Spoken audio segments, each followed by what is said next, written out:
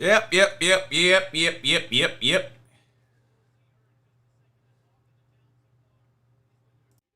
5-star dummy.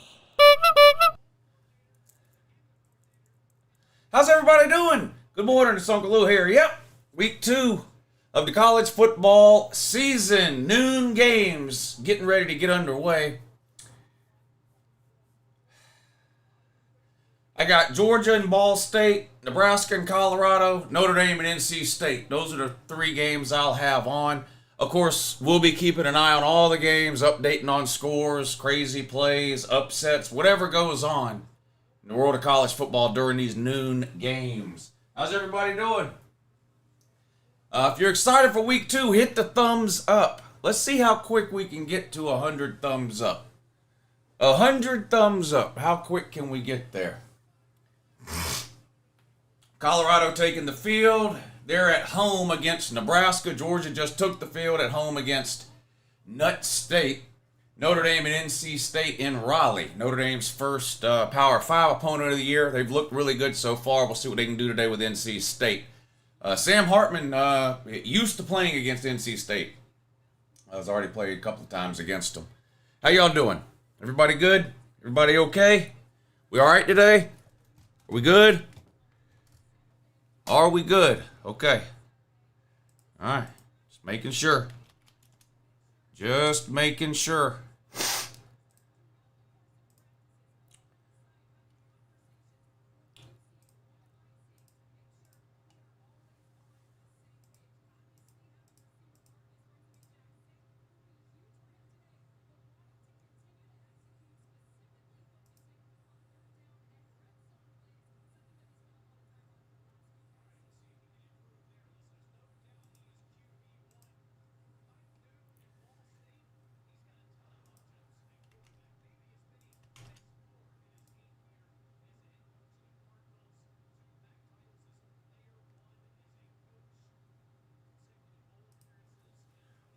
All right, kickoff getting ready to get underway in the noon games. All right, hit the thumbs up. Hit the thumbs up. Noon game's just about to start. Notre Dame and NC State, Georgia and Ball State, Colorado and Nebraska. There was a weather delay. Vandy and Wake Forest was set to kick off at 11 a.m. this morning. There was a weather delay. There was a weather delay on that one.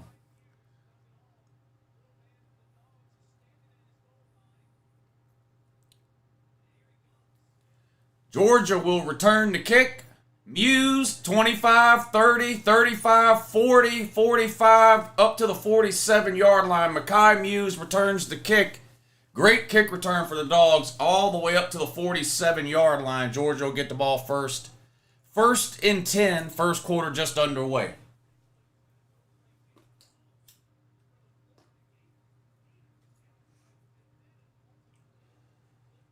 The other 2 games hadn't started yet.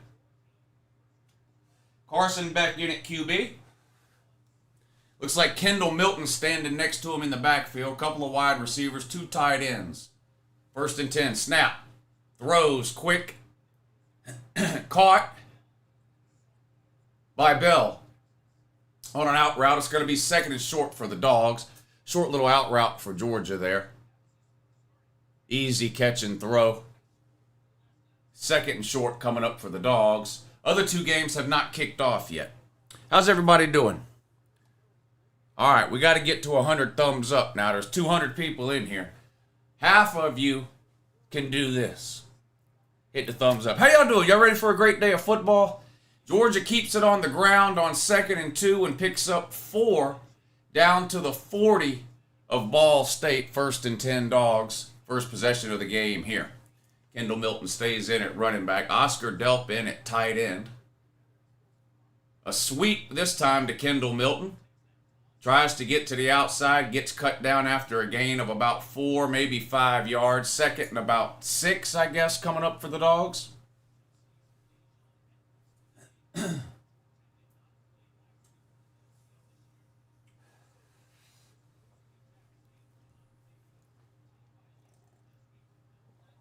Lou, you heard about Tulane quarterback? He may not play today. If the Tulane quarterback can't play today, they don't have a chance to win. Back to throw. Complete on a stop route. DeMarcus Rosemy-Jack-Saint picks up 12, maybe 13 yards. Good to see Marcus Rosemy-Jack-Saint playing today. He was suspended last week for an off-season speeding issue, of which there were quite a few, of course, for Georgia in the off-season. Looks like Colorado is going to be kicking off here. Nebraska will get the ball to start that game. Just about to get started. 1st and 10 for the Dogs now on the 29-yard line of Ball State. This is the first possession of the game. Tight formation for the Dogs. Beck under center. Play action pass. Wants to go deep. Not there. Comes back underneath. Caught, I believe. I believe that was caught by Dominic Lovett. A sliding catch. Ball was underthrown on a back shoulder fade. Lovett comes up with the catch. 1st and 10 Dogs in the red zone. Nebraska returns the kick out to the 26-27 yard line. They'll take over first possession of the game right there. Beck throws a fade over the head of Marcus Rosemy-Jack-Saint. Incomplete pass. 2nd and 10 coming up for the Dogs on the Ball State 12-yard line. Jeff Sims takes the field for Nebraska. He's their transfer quarterback from Georgia Tech. Did not have a good game last week against Minnesota. But if you're having problems offensively, playing Colorado is the cure for whatever ails you. Colorado doesn't even have a defense at all. I think they might have a few players lined up out there, but they don't know what they're doing defensively. Nebraska keeps it on the ground, picks up 3 yards. 2nd and 10 for the Dogs. Tight formation again, handoff. Looks like true freshman Roderick Robinson picks up a couple of yards to the 10-yard line. It's going to be 3rd and 8. The Dogs have to get to the 2-yard line for a first down. First 3rd down of the game coming up for the Dogs. NC State's going to kick off to start things with Notre Dame, so Notre Dame will be on offense first. Just about ready to get underway there, Notre Dame and NC State. There's a Ball State player injured on the play. They're out looking at him now. 2nd and 7 for Nebraska. Jeff Sims keeps on an option.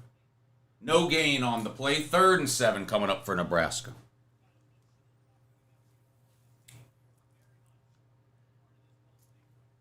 It's time for another Saturday college football church service from the pastor, Uncle Lou.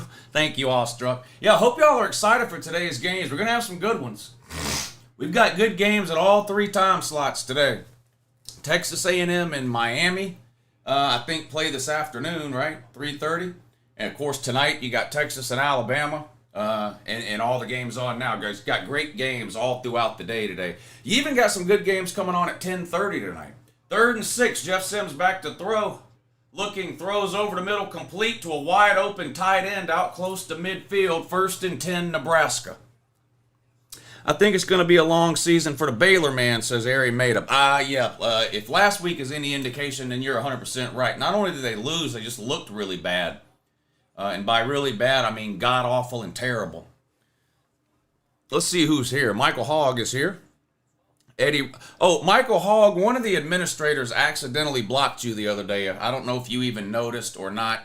Their phone was in their pocket. They sent me an email saying they think they had blocked some people. And when I pulled up the block list, your name was on there. So, of course, I took you off. So if you happen to notice that you were blocked, that's what happened. 1st and 10 run for Nebraska. No gain. 2nd and 10 coming up now for Nebraska. The Georgia game is in a TV timeout for that injury break for the Ball State player. 2nd and 9 for Notre Dame. They keep it on the ground, pick up nothing. It's going to be 3rd and 9, Notre Dame's first possession of the game. That one just got underway. No score. Ohio State up early 7-0 over Youngstown State. Kansas State up early 7-0 over Troy. Troy, I believe, has the 2nd longest winning streak in the country right now. 2nd and 10 for Nebraska. 4 wide. Sims back to throw. Complete. Gets loose into the secondary, making the defenders look like absolute garbage. Wow. I tell you what, if you can get loose in the Colorado secondary, you can pretty much do whatever you want. TCU did it last week. They got a couple of good cover guys. But once it comes to tackling and hitting anybody, they ain't got no interest in it. None. Look at this piss poor tackling. I mean, they don't even try. What is that number 43 doing? Jesus Christ, son. Big play for Nebraska, picks up the first down. Notre Dame's third down play, Sam Hartman was sacked. Way back, in fact, he fumbled. A sack fumble, but a Notre Dame offensive lineman falls on the ball. Not a good series to start for Notre Dame. It's going to be 4th and a mile. They're going to have to punt. Notre Dame punter standing on his own goal line. Snap. Kick is away. A low kick. Bounces to the return man. Fields it at the 35 up to the 40. The 45 out of bounds at midfield. So really good field position for NC State here to start the game for them. Notre Dame went 3 and out, punted it away. NC State now 1st and 10 at midfield, their first possession of the game. Ball State player looks like he might be hurt pretty bad. They're helping him off the field, but he can't put any weight at all on one of his legs. Let's hope he's okay. Let's hope he's okay. 3rd and 8 for the Dogs on the 10-yard line of Ball State. Carson Beck in a shotgun. Snap, back to throw. Looks to his right, now to his left. Scrambles, wants to run. Fumbles. Recovered by Georgia at the 10-yard line. Beck took a hit trying to juke a man. Fumbled the ball. Dogs get lucky there. I think it was Kendall Milton, actually, out in the flat that was able to jump on the fumble. Ball State defender put his hand right on the ball. Carson Beck got to do a better job there. Not good. Carrying that ball around like a loaf of bread. Georgia's going to have to settle for a field goal. Drive all the way down to the 10-yard line. Drive stalls there. This will be about a 25, 26, what is this, 20, 30, 29-yard field goal attempt from the left hash. Snap, hold, kick is no good. Wide left. Not a good start for the Dogs. Not a good start for the Dogs. They a good offensive drive ends with a Carson Beck fumble recovered by the Dogs, and they miss a short chip shot field goal from the 19-yard line. Not good.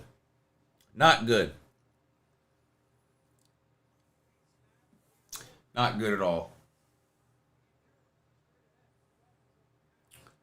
Cooter Cat, what's up, buddy? Trevedon, K Starg, Joe, RB Smata, Penelope Roberto.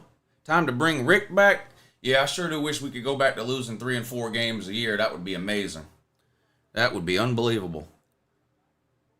I miss Blinken. I'll miss Rodrigo Blankenship till the day I die.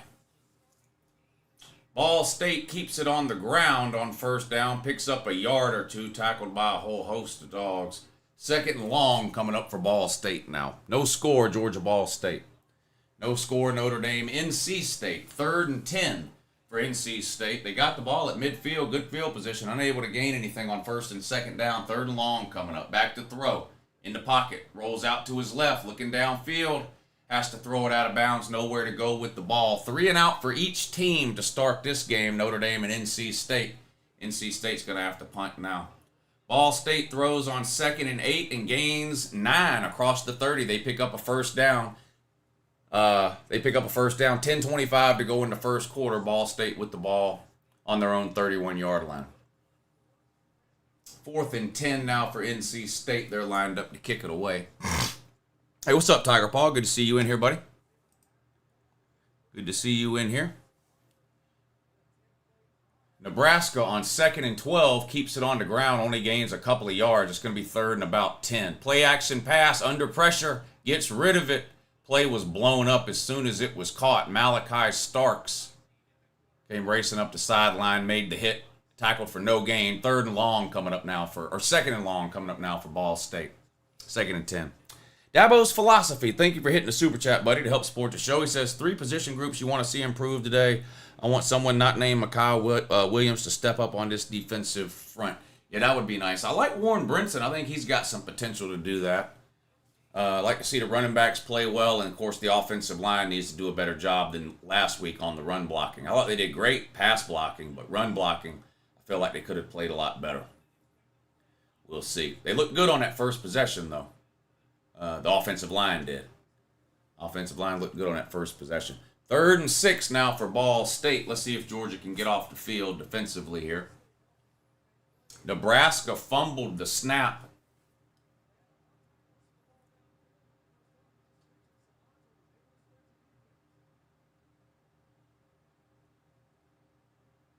And Colorado recovered.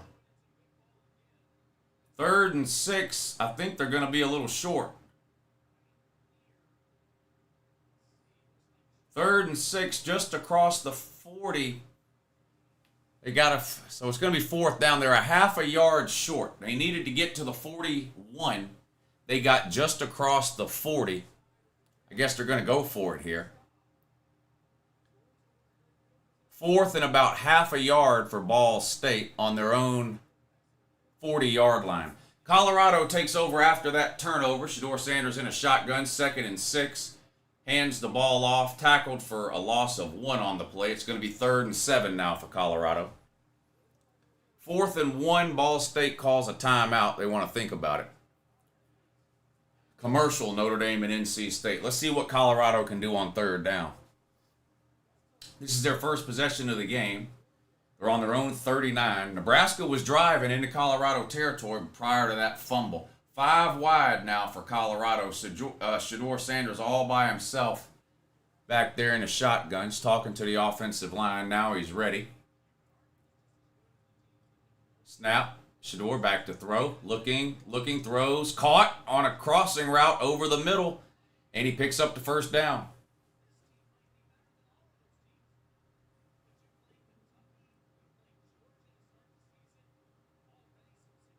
First and 10, Colorado up near midfield. Let's see what Ball State's going to do here on this 4th and less than a yard on their own 40-yard line. First and 10, Colorado. Shedeur back to throw again. Scrambles, takes off, and slides right at midfield. Gains a yard, maybe 2. 2nd and about 8 coming up now for Colorado. And it looks like Ball State is going to go for it. They're in a pistol formation. Man in motion. Snap. Hands off right up the gut. And I think he got it. Needed half a yard. Got maybe a whole yard. 1st and 10, Ball State.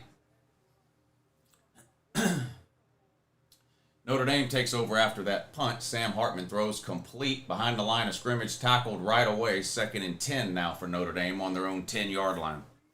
Trucking with Jeter says, what's good, Lou? Go Gators. Hopefully they win big today. I think they will. McNeese State is terrible. I mean, we've had fun laughing at Florida for the last week or whatever, but they should win easily today. Ball State going deep now. Overthrown, incomplete. 7.5 minutes to go in the first quarter. Seth Wessinger says, hey, Lou, going to the South Carolina game tonight. Hope you're good. That could be a dangerous game for South Carolina. Furman's a good team as far as FCS teams go. I think they're ranked in the top 5 of the FCS rankings. Notre Dame runs the ball on 2nd and 10, loses a yard. 3rd and 11 now coming up for Notre Dame. Defensive struggle early on in that one, Notre Dame and NC State. 2nd and 10 for Ball State. Play action pass, throws, complete. Picks up another 1st down across midfield to the Georgia 46-yard line.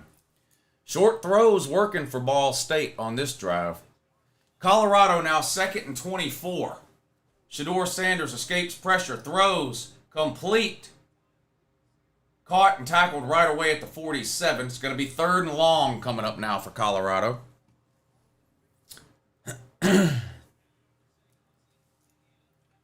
First and 10 for Ball State on the Georgia 46-yard line. Snap. Handoff.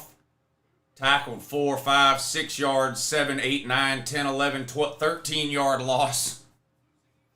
That's about a 13-yard loss there. Wow, that didn't work. Oh my God, don't look now, Georgia fans. There's been a Marvin Jones Jr. sighting. Guy's been on the injury list since he was in 5th grade, I think. Nice play. 2nd and 19 now for Ball State. Colorado ended up picking up that 1st down, by the way. Screen pass falls incomplete. It's going to be 3rd and 19 now for Ball State. Colorado picked up that 3rd and long. Now 2nd and 5. On the Nebraska 36, Shedeur throws incomplete. Had a man wide open. Led him a little too much. Intended for Weaver, hit off his hands. He had to dive for it, though. Pass could have been a little better. 3rd down coming up for the Buffs.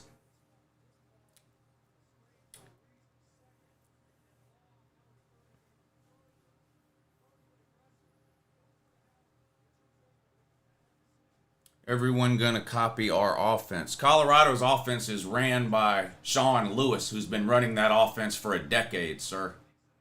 Yeah, Tennessee's not the first team to run a hurry-up 5-wide offense. I don't even know what you're talking about. But Colorado's offense is ran by offensive coordinator Sean Lewis, who's been the head coach at Kent State and been running that offense for a decade. So I'm not sure what you're trying to take credit for there, but no one is copying. Colorado is not copying Tennessee's offense. You just sound silly. You sound silly. Let's see the wristwatch, Lou.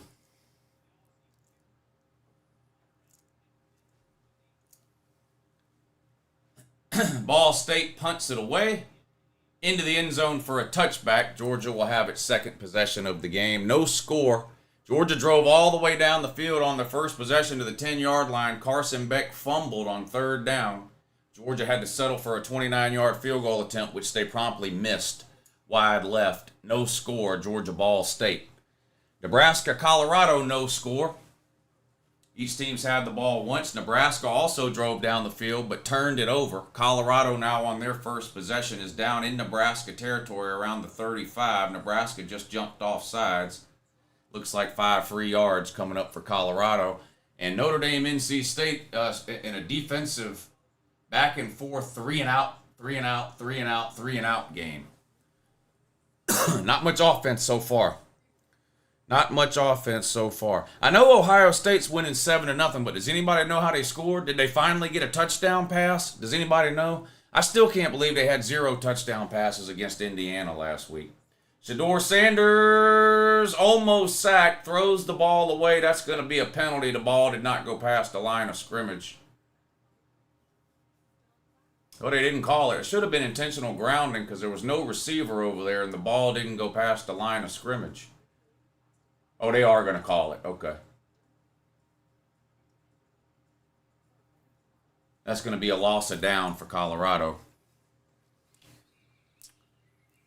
71-yard touchdown pass to Marvin Harrison. Okay, so Ohio State finally gets off the schneid and manages to throw a touchdown pass this season. That's amazing. Now, I'm assuming it was Kyle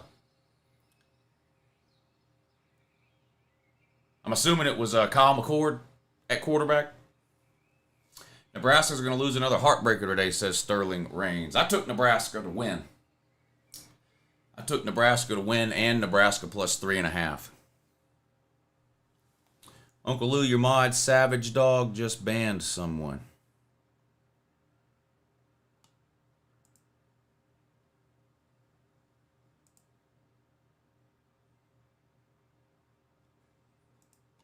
Yeah, don't ban anybody. Don't ban anybody. Just time them out.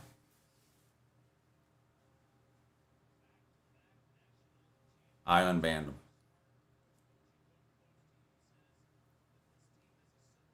Shedeur Sanders with a big gain on the ground here. Look at this. And then slides to avoid the hit.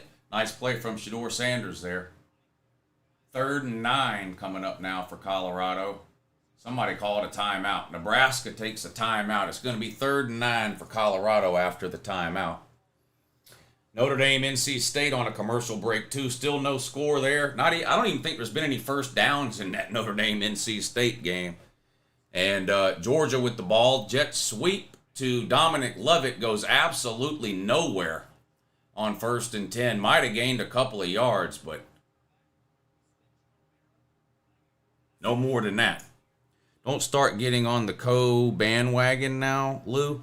Does it sound like I'm getting on the co-bandwagon when I just told you I picked Nebraska to win? Fuck Colorado. Colorado can kiss my fucking ass. They're a garbage fucking team. So is Nebraska. But you don't have to be good to beat Colorado. Colorado's not any good. 2nd and 8. A handoff this time. Gets outside. Oh, he lost his balance. Did fall forward for the first down, but handoff to Bell that time. A wide receiver. I'm not sure exactly how fucking retarded you are, but watching Shedeur Sanders make a good play and then saying, nice play by Shedeur Sanders, that's not an indication of someone getting on the bandwagon. I think you might just be fucking retarded, is most likely the case here. First and 10 for the Dogs on their own 32. They keep it on the ground again.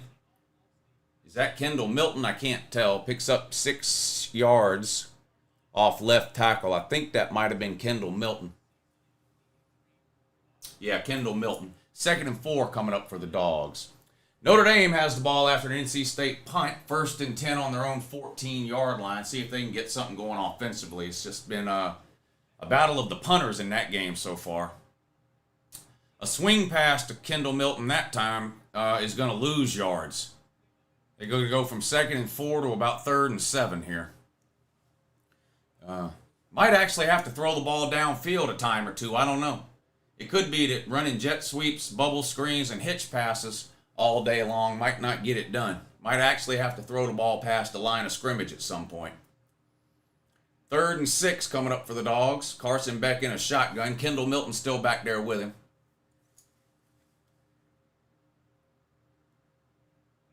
I see Brock Bowers. I see Dominic Lovett.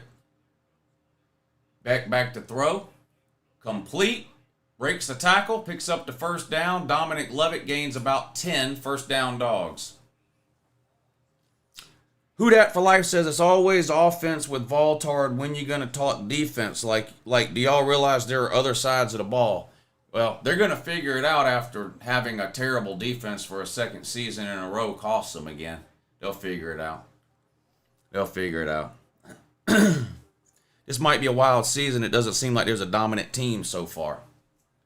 1st and 10 for the Dogs on their own 47. Carson Beck rolls out, throws, complete to Brock Bowers right at the line of scrimmage.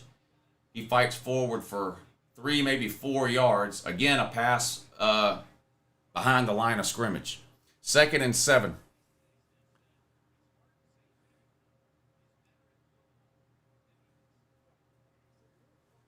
Brandon Stite says, I love Uncle Lou.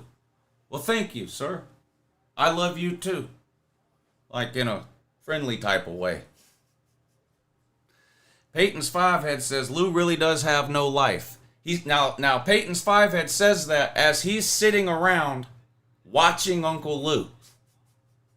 I'm not sitting around watching you, buddy. I'm not sitting around with my thumb up my ass watching you. Am I? So, think about it. Just think about it for a second. What does that really mean? Think about it.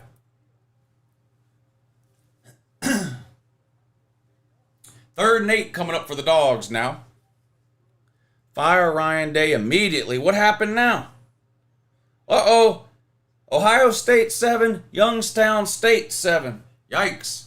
3rd and 8 for the Dogs. Carson Beck looks, rolls out to his right. Almost got sacked.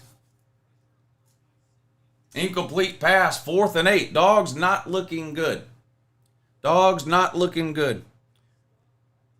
The Ohio State Fighting Pedestrians.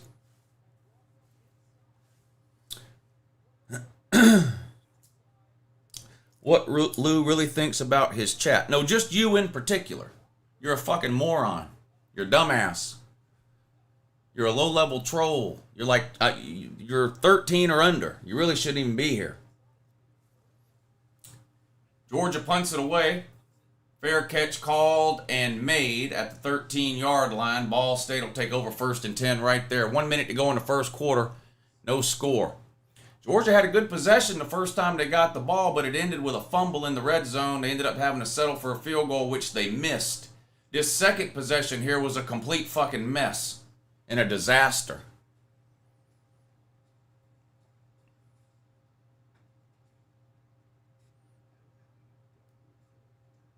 Georgia has looked pathetic both games. Yeah, that's fake news. They won 48-7 last week.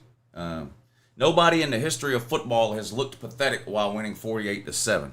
That's just fake news. UJ try a different QB today. Well, they played 3 quarterbacks last week. They'll play 2 or 3 again this week once they get a lead, I'm sure.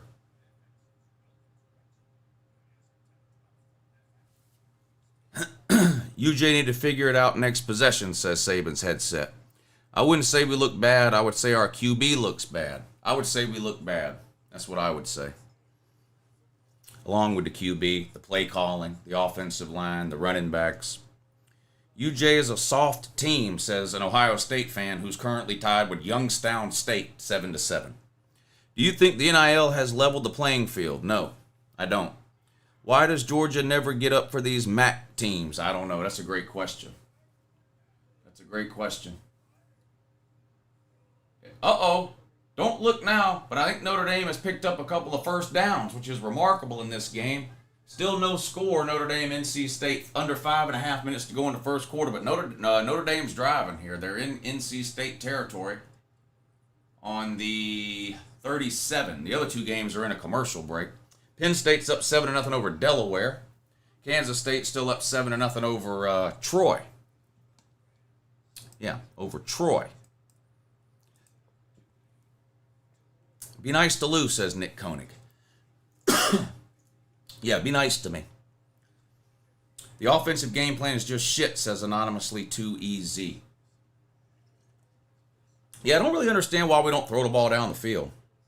I don't understand. Here's what I don't understand. The upside to playing Carson Beck is that he has an NFL arm. He can throw the ball. He can make all the throws. He can throw the ball downfield. That's the only upside to playing him.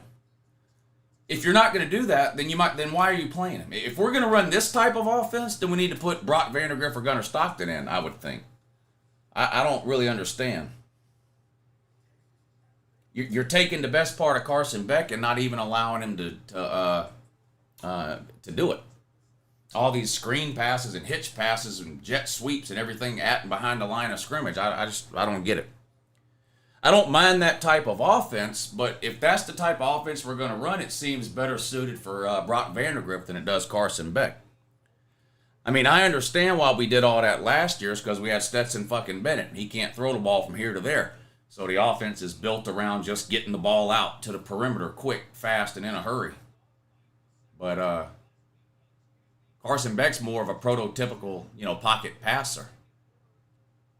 I don't understand playing Carson Beck, but then not letting him be a pocket passer. It's weird. Beck doesn't have the it factor, says Wesley Spruce. Bama fan says, Ball State. Penelope Roberto, it makes me laugh when OSU fans troll, especially while they're tied with Youngstown State. Isn't that an FCS team? Isn't Youngstown State an FCS team? Holy moly. Holy moly.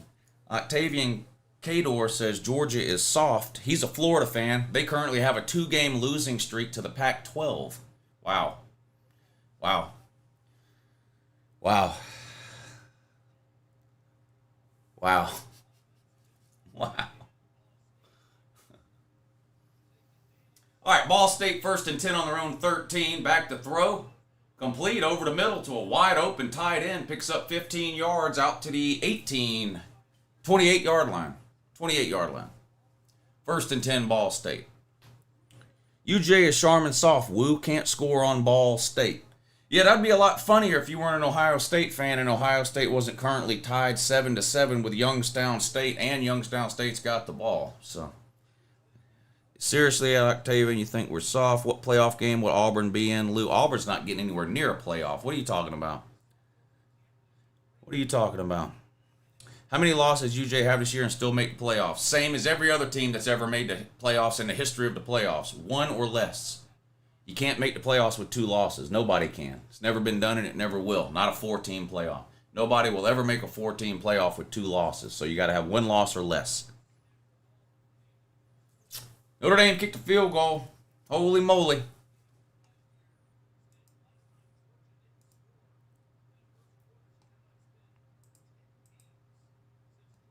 I'm getting a little bit perturbed, says JC. Hey, Woo, I thought Ohio State has the best defense in the nation. That's what I was told. I don't know. That's what I was told by an Ohio State fan on the call-in show. I don't know. What college team you believe will surprise the college fans this year? Well, a lot of college fans are surprised by anything they see. I don't know.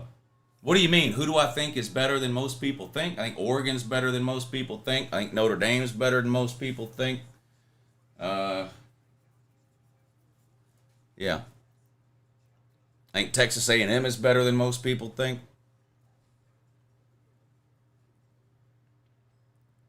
OSU message board is calling for Knowles' head. Jim Knowles, the defensive coordinator? Is that game on TV? Mississippi State is better. Mississippi State is better than you are pitiful. Mississippi State is better than you are pitiful UGA team. English only in the chat, please. English only in the chat. Did Carson, period. Did Carson, period, Elk get a ticket for speeding? Asking for a friend. I'm asking for a friend if there's anybody in the comment section who can speak English.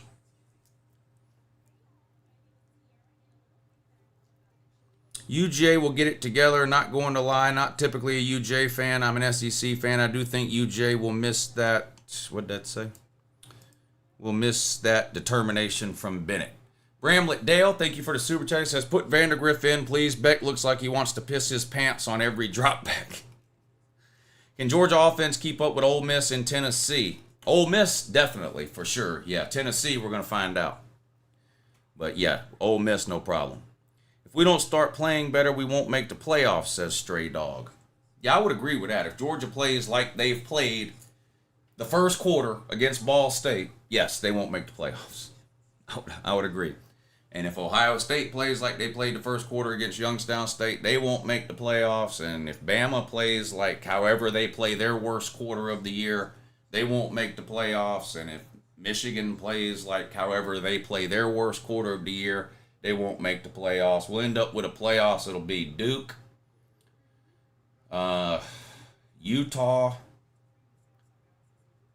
Penn State, and Kansas State.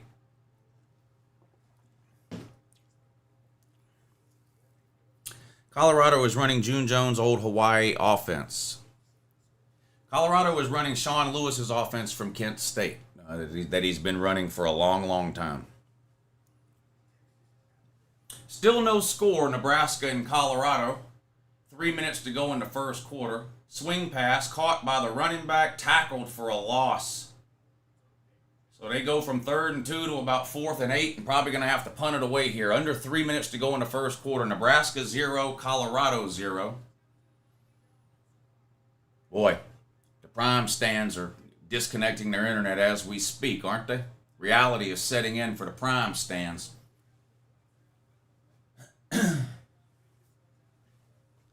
Georgia, we should kicked Carson Beck out the game. Go Dogs.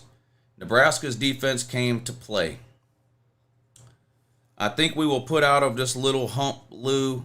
We have been in these situations before. Go Dogs. Yeah, Georgia's not going to lose this game. I mean, they're going to win. It's not going to be close, but that doesn't mean the first quarter wasn't terrible. The first quarter was absolutely terrible. Colorado better than UGA confirmed, says Jaron the Buckeye. Buckeye is currently tied with Youngstown State, 7-7. Hey Lou, someone in the chat said Javon Bullard is out for the game. Just want to know if there's any truth to that. Can't watch the game. I'm at work. I have no idea. I'll try to look next time. Yeah, I don't see him out there. Incomplete on 3rd and 11. Ball State will have to kick it away. I don't see him out there. I don't listen to the volume on the game, so I haven't heard them say anything about Javon Bullard, and I didn't see him out there on that play. But Georgia's loaded at safety. I'm not worried about it. And I'm not an Ohio State fan. I don't care who gets injured on Georgia. We should still win the game. I'm not an Ohio State or an Alabama fan. Georgia's got 85 scholarships. One safety getting injured out of our... We got 3 All-American safeties. One of them getting injured shouldn't have any impact on the game. 4th and 11, Ball State's going to be punting it away. Kick is up. This is going to be fielded at the 32. Mekhi Muse out to the 35, to the 40, 45, across midfield, 45, 40, 35, 30, touchdown Dogs, 10, 5, touchdown. That's the only player on the field that wants to play, Mekhi Muse. Every single time he touches the ball, something happens. That's the only player that wants to do anything for UGA. Well, of course, the defense. The defense always shows up. The rest of the offense is fucking dog shit. But Mekhi Muse, every single time he touches the ball, acts like his life is on the line. Unbelievable. That's got to be the first Georgia kick return for a touchdown in quite some time. We haven't had a kick returner worth of shit since Miko Hardman. I got faith my Jayhawks are 4-0 going into Texas game. Offense looks amazing. We got Nevada and BYU next. Yeah, I think Kansas can win both of those.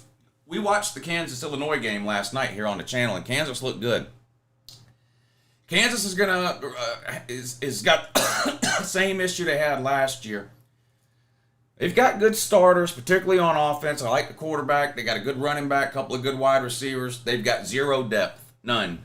And they've got to avoid injuries. Last year they were 5-0. Injury bug hit. They were 1-6 in their last 7 games. They just can't afford to. They can't afford to have any of their key players go down. But if they stay healthy, they're a dangerous team. We finally have a return man. It's been a while, says Dabo's philosophy. It's been a long time. Long time. Harrison Triplet, thank you again for the super chat. Jaron, thank you for the super chat. Dabo's philosophy, thank y'all. Thank you for the super chat. Dogs up 7-0 after that punt return for a touchdown. Other than that, Georgia can't do shit. The offense is fucking garbage. Carson Beck looks like he doesn't know what he's doing. The play calling is absolute shit. We can't run the ball again. Carson Beck's got more fumbles than he does decent downfield throws.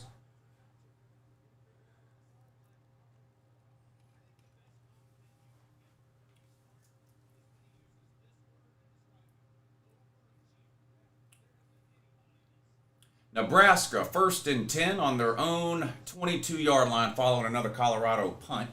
No score in this one. 1:42 to go in the first quarter. Jeff Sims in a pistol formation. Hands off. Has a hole. Closes down quickly. Still manages to pick up about 4 yards. 2nd and 6 coming up for Nebraska. 1.5 to go. No score. Georgia kicks this one off. It's going to go into the end zone, out of the back of the end zone for a touchback. Ball State will take over 1st and 10 on their own 25. Notre Dame still up 3-0. A long field goal for Notre Dame, the only scoring in this game. NC State, though, in Notre Dame territory. A jet sweep, and now a pass falls incomplete. Lucky it wasn't intercepted. Did a jet sweep to a wide receiver who then stopped and threw the ball downfield into double coverage, and extremely lucky that ball wasn't intercepted. NC State with the ball in Notre Dame territory, though, on the was that the 42-yard line? Georgia's got a player down. Looks like a cramp. They're stretching out his leg. That's usually an indication of a cramp. 2nd and 10 now for NC State on the Notre Dame 42.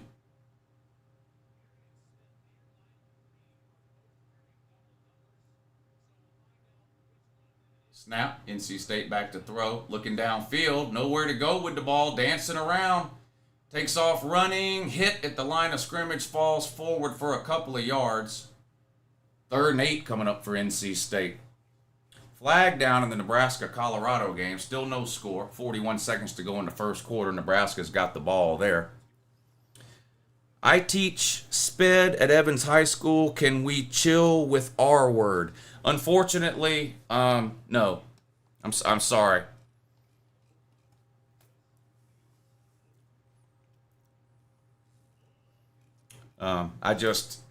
I understand you don't like that word, but there's a million words that some people don't like.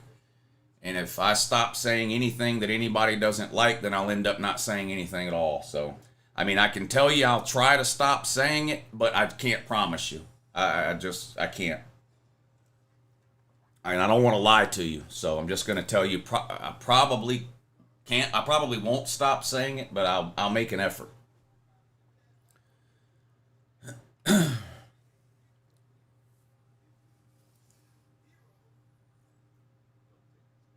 3rd and 12. Jeff Sims back to throw for Nebraska. Complete short to the 25. Hit. Breaks the first tackle, not the second tackle. It's going to be about 5 yards short of a first down. 4th down, Nebraska. They'll have to kick it back to Colorado now. Punt fest in that game. Georgia looks like complete garbage, Lou. No way we beat any good team in the SEC. Yeah. Yep, we're going 4-8. Confirmed. Because we didn't score in the first quarter against Ball State. Going 4-8. You're right. Is Ohio State still soft or what? I don't know. They're up 14-7 now. I'm not watching that game, so I can't really comment on what's going on other than what y'all tell me, and then just looking at the score. But I do see that they're up 14-7 now. They were tied 7-7 for a while, but they're up 14-7 now. Deion's son inherited that bad tackling. Already 2 missed tackles. Yeah, we saw that last week, too, if you're talking about Shiloh Sanders. Now, he might be a good cover guy in the secondary. I don't really know. But when it comes to tackling, he doesn't even try. He's just zero effort at all on the tackling from Shiloh Sanders, just like his dad. Now, Deion Sanders is the greatest cover corner of all time, period, in my opinion. I think he's the greatest cover corner in the history of football. But when it came to tackling, he didn't have no interest in it. None. Zero. And it looks like Shiloh doesn't either, if last week was any indication. Ball State throws incomplete on first down. Miscommunication between wide receiver and quarterback that time. 2nd and 10 coming up for Ball State on their own 25. Prime claims Hunter over Shiloh, his other son. Man, come on. That's not true. Deion loves his kids, man. Look, we can all have differing opinions about Deion one way or the other, but that man loves his kids. There's no doubt about that. Colorado might win, but this should calm down their overreactions to the TCU game. No, Colorado's not going to win this game. Nebraska's going to win by about 50. This is a busted play by Ball State here. They're going to lose 7 or 8 yards, and there's a flag down. I don't know what this is going to be unless it's some kind of a weird holding or... Is Georgia going to get called for a face mask here? Oh, my God. Please tell me no.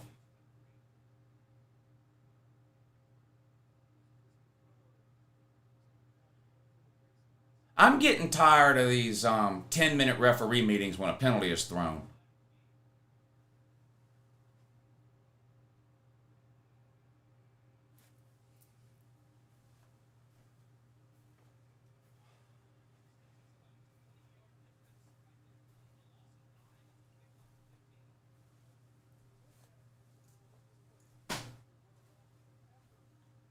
Fucking busted play by Ball State, 8-yard loss, and we get called for a goddamn 15-yard face mask penalty. Automatic first down all the way up to the 40-yard line. So instead of 2nd and 4 miles from the 15, it's 1st and 10 from the 40. Jesus Christ. Pearson Crownover says Tennessee wins the East this year easily. Yeah, right. Yeah, easily. Damn, y'all are fucking dumb. I almost said retarded there, but I didn't. I said dumb instead. So I am trying. I almost called that guy fucking retarded. Instead, I called him fucking dumb.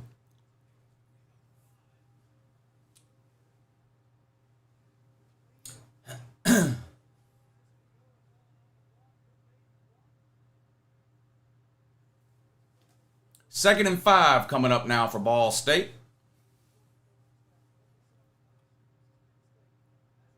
They're on the 45-yard line.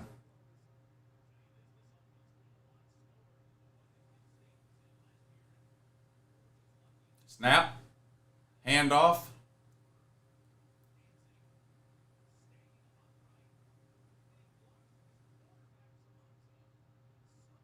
Ball State playing backyard football. Picks up 2 or 3 yards. It's going to be 3rd and about 2. I think the Dogs just trying to give hope to South Carolina fans, says Tim Russell.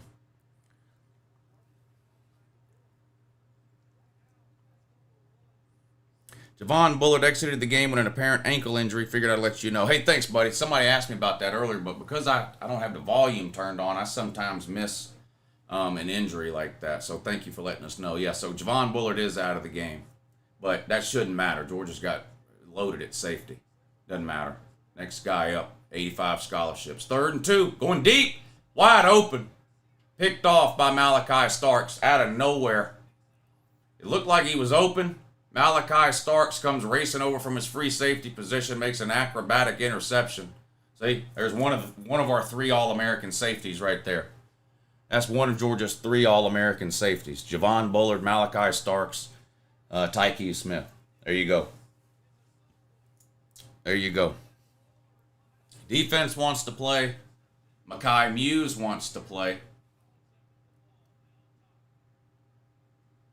Got to figure out if Carson Beck and this offense want to play. Dogs will be fine just playing down as usual, says Michael Grubbs. Yeah, I don't understand this. Tennessee will win the East easily? Easily? I mean, it's not a crazy idea to think that Tennessee could win the East. They're a pretty good team. But to say because you've watched 10 minutes of a Georgia game against Ball State that Tennessee could win the East easily is just stupid. Stupid.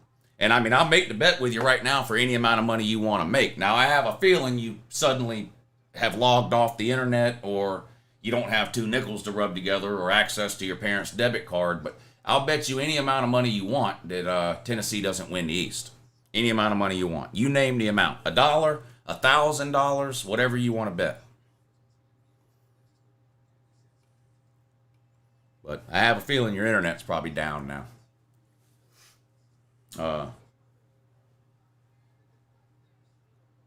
Pearson Crown over. Let's see what you have to say, Pearson Crown over. Any amount of money you want, buddy.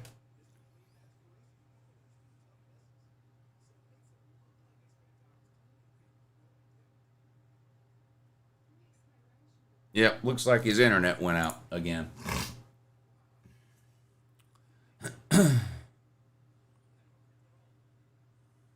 I'll bet with you that Tennessee wins the East. They'll send the money. Any amount you want, between $1 and $1,000. You get Tennessee, I get everybody else. Go ahead. Send it to the Cash App or the PayPal, not the Super Chat. Send it to the Cash App or the PayPal. It's in the description of the video. And in the note, in the PayPal note or the Cash App note, just put Tennessee will win the East.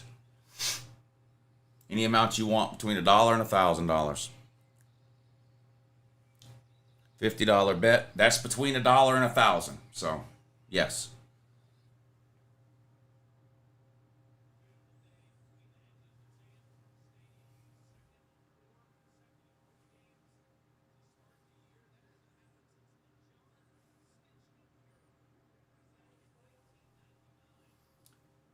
All right, dogs, let's see what we can do after this turnover here. Georgia 7, Ball State 0, 12:41 to go in the second quarter.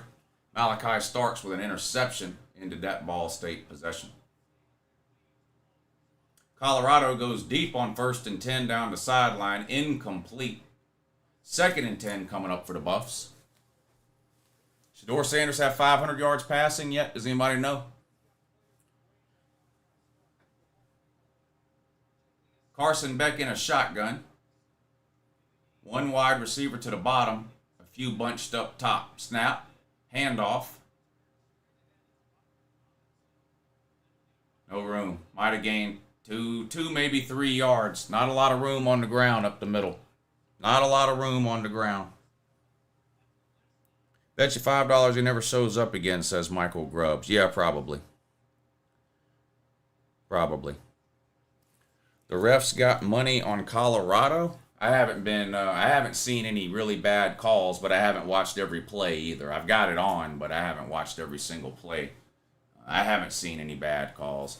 2nd and 7, Georgia comes out 4 wide this time. Beck in a shotgun, snap, back to throw, looks, gets rid of it, caught. 1st down and then some, picks up 15, 16 yards, and a flag comes in at the end. They're going to get Ball State on something here. I don't know if it was face mask, horse collar, or what it was. Arian Smith with the catch. Flag came in really late, right where they tackled Arian Smith. Face mask on Ball State that time, so tack 15 yards on to that one. No score, Vanderbilt and Wake Forest. They actually just started because of a weather delay. It was scheduled to start at 11 o'clock this morning. Weather delay in that one. 13:30 to go in the first quarter. No score, Vandy and Wake Forest. No score, Utah and Baylor. Second quarter underway. That's a little surprising. I thought Utah would handle Baylor. Not the case yet. I guess you can add Utah to the list of teams that aren't any good either, right? Utah no good, Georgia no good, Ohio State no good. Are there any good teams? Beck going deep down the middle. Caught! Wow, Arian Smith with a huge catch on a post route way downfield. 10-yard line or so, I guess. I mean, that's what you got to do if you're going to play Carson Beck at quarterback. This dink and dunk shit ain't it with Carson Beck. You got to let him throw the fucking ball. I mean, if not, there's no point in playing him. If you're not going to do that, then take him out and put Brock Vandergriff in or something. But that's the kind of offense you need to run with Carson Beck. Spread the field out and throw the fucking ball. First and goal for the Dogs. 2 wide this time. Back to throw. Incomplete, intended for Brock Bowers on a back shoulder. Good coverage on the play, knocked away by the defender. Incomplete pass. Second and goal now. Notre Dame up 3-0 over NC State, and now that game's in a weather delay.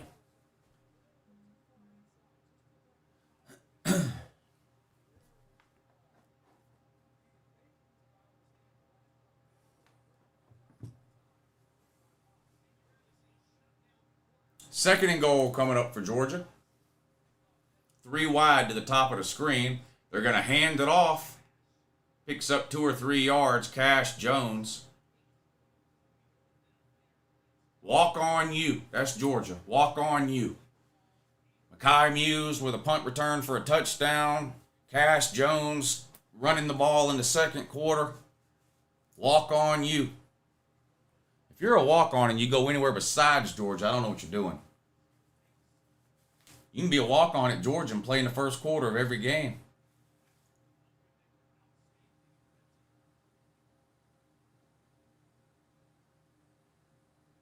Back to throw. Touchdown. Marcus Rosemy-Jack Saint on a little skinny post. Touchdown Dogs. It's going to be 14-0 Georgia now. Tennessee fans all hyped up, but the team they beat last week is getting destroyed by a school named after a founding father. Yeah, James Madison was a favorite over Virginia today. I'm not surprised at all James Madison's beating Virginia. What's the score of that one? Actually, all 3 of these games are on commercial. Let's check some scores. Here we go. 14-0 Georgia over Ball State. Ohio State 14, Youngstown State 7. Penn State up 20-7. Baylor now up on Utah 3-0. Kansas State up on Troy. Troy has the second longest winning streak in the country. Anybody know who has the first longest winning streak? Anybody? Anybody? Anybody tell me. Who's got the longest winning streak in the country currently? Troy's in second place. Who's in first place? That's right. That's right. UGA. UGA. Still no score, Nebraska and Colorado. Purdue up over Virginia Tech. What a terrible... Why would anybody watch that? James Madison up 17-7 over Virginia. All right, there's your score updates. There's your score updates.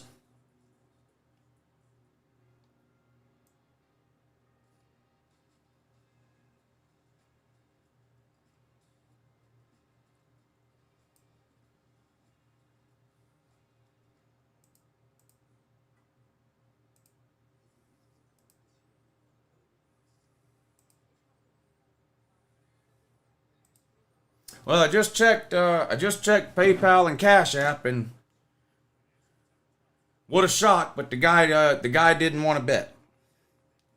What a shock! But the guy didn't want to bet. I have faith in UVA this season. Go Hoos, says Waff Barry. Barry, I can respect that, man. I respect any college football fan, but especially Tennessee fans and Virginia fans, like fans of these teams, just haven't been good in the entire internet age. I can respect that, but it looks like another rough year for Virginia. Looks like another rough year for Virginia. Nebraska play calling is awful. They rip a big run and call a run again on the next play. Well, big pass right there by Nebraska. And they're going to say he caught it, and that's going to be into Colorado territory. What an amazing catch here, too, by this guy. Not a great throw. But look at his catch. I mean, lays out, goes down, gets it, and that is indeed a catch. They're going to review it, I guess, but it looked like a catch in real time. Lou is still 100-0 versus the Trolls, says Banjo. Yeah, but they sure do love trying, don't they? They sure do love trying, the trolls. Yes, they do. Yes, they do. Since the Notre Dame game is in a weather delay, can somebody tell me what channel if somebody can tell me what channel the Ohio State game is on, I can put a different game on over there. Let's see. Notre Dame and NC State weather delay.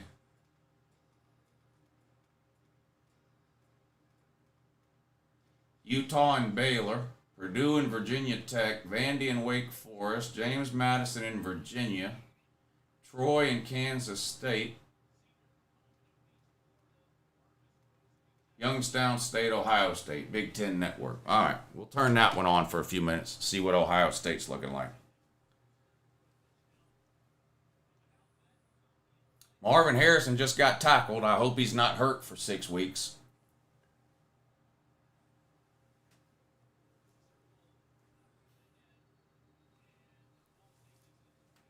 Third and 25 for Ohio State on the Youngstown State 32. Back to throw, under pressure, running for his life. Why is this quarterback... Now that's going to be a late hit. Wow. Terrible play by Youngstown State. At Ohio State backed up third and 25. They get pressure on the quarterback. He scrambles. They chase him out of bounds. But an obvious late hit is going to give them an automatic first down. Just a terrible penalty at a terrible time. Why is this quarterback number 33? Is it just because Ohio State is stupid? What is this about? Is that Kyle McCord? Why is a quarterback number 33? Damn, that's dumb. Ohio State just continues to amaze me with their idiocy. That's Devin Brown. What happened to Kyle McCord? Did Kyle McCord get benched, or are they doing the quarterback hokey pokey again? Are they just rotating them in and out? Ohio Soft University, says Michael Grubbs. Looks like they're about to score again. I don't know why this Youngstown State player is complaining. This was clearly a late hit. I mean, it was clear, not even close. It was like intercepted by the Dogs. One of the now turn it back to the Georgia game real quick if you're not watching it. Here's one of the weirdest interceptions you'll ever see. This is some pinball shit here. This is some pinball shit here. Did that hit a Ball State player in the back of the head? Look at this pinball shit here. It hit him on the back of the foot. He never even turned around. He was blocking. That's the weirdest interception you'll ever see right there. Ball State throws it to a wide receiver who's not looking. In fact, he's blocking. He's downfield blocking. It hits him. It hit the receiver in the back of the ankle and bounced right into a defender's arms. Chaz Chambliss, I think that was. Yeah, Chaz Chambliss with an interception. Georgia's going to get the ball back up 14-0. Second quarter. Still no score, Nebraska, Colorado. An official review underway. Carson Beck back to throw, complete underneath the Oscar Delt. Gets about 8, maybe 9 yards. 2nd and 1 coming up now for Georgia.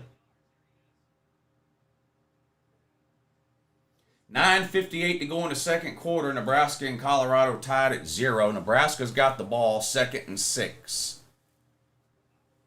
Ohio State's got the ball down close to the goal line, it looks like. Might be a touchdown. I don't know what they're looking at. 2nd and 1 for Georgia following that interception. That looks like an Ohio State touchdown to me. 2nd and 1 for the Dogs. 4 wide, 3 at the top, 1 at the bottom. They're going to hand it off. What a move! That's going to be a touchdown. Georgia has resorted to playing wide receivers at the running back position. That's how desperate they are for running backs. That was Bell. That was Dylan Bell with a 21-yard touchdown run. And it wasn't a jet sweep or one of these reverses to a wide receiver. He's literally lined up at running back. Literally lined up at running back. That's what happens when you've got 9 slot receivers that you don't need. Ladd McConkey, Arian Smith, Dominic Lovett, Dylan Bell. They're all the same player. They all play the same position. They're all good, but you can't put them all out there at the same time at slot receiver, so you end up moving one of them to running back for no fucking reason and letting him get a 21-yard rushing touchdown. And somehow this kicker for Jamoke makes the kick. Georgia up 21-0. Terrible Georgia, by the way, who's going, 8-4, y'all said? Tennessee's easily winning the East. 21-0 halfway through the second quarter.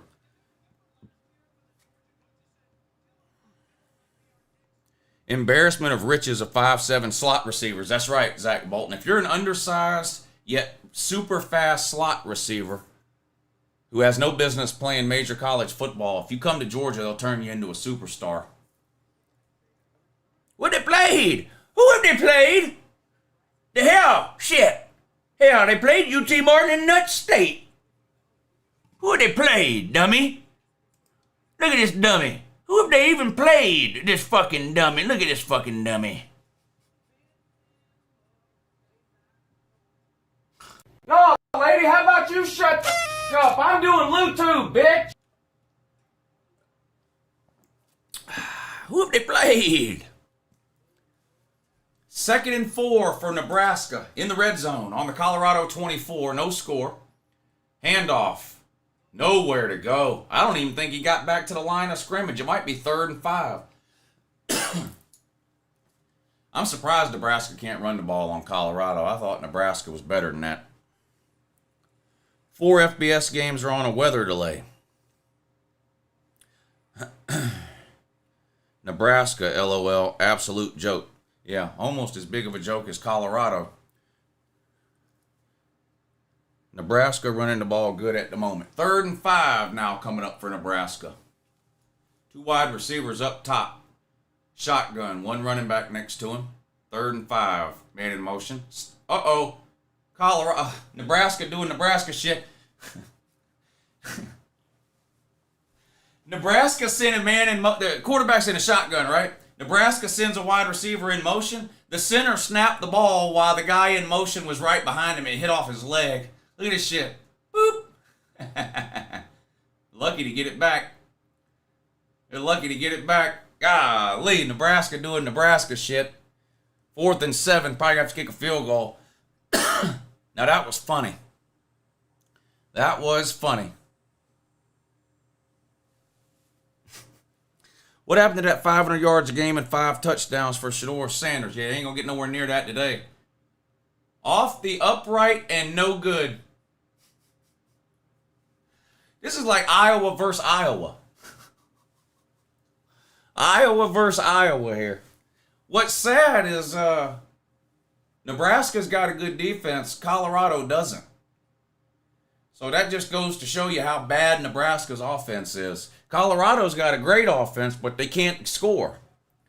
So we know. So Nebraska's got a good defense. Colorado doesn't have a good defense. So that means Nebraska's offense is just that bad.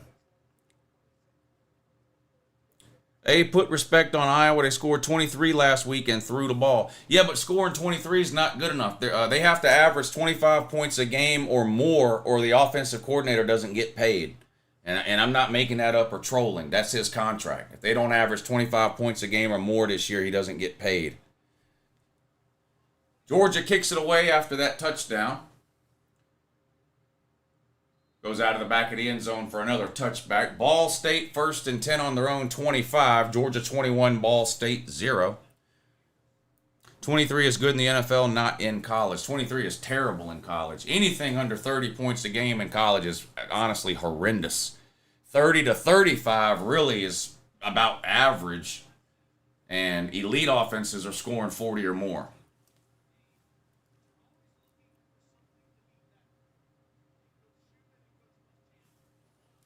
Who got hidden now?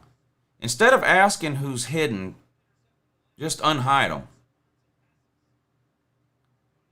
I mean, unless they did something that deserved to be hidden. Missed field goal. Yeah, that shouldn't have been. He's not hidden. He's not hidden. He's not hidden. I just clicked on his name. He's not hidden.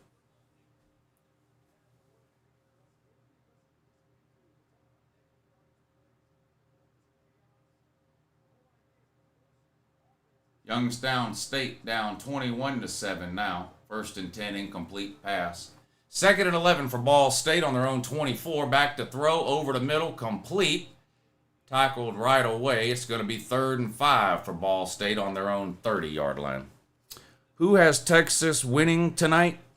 I took Texas in the points. I think they could win, but I took Texas in the points. Roger.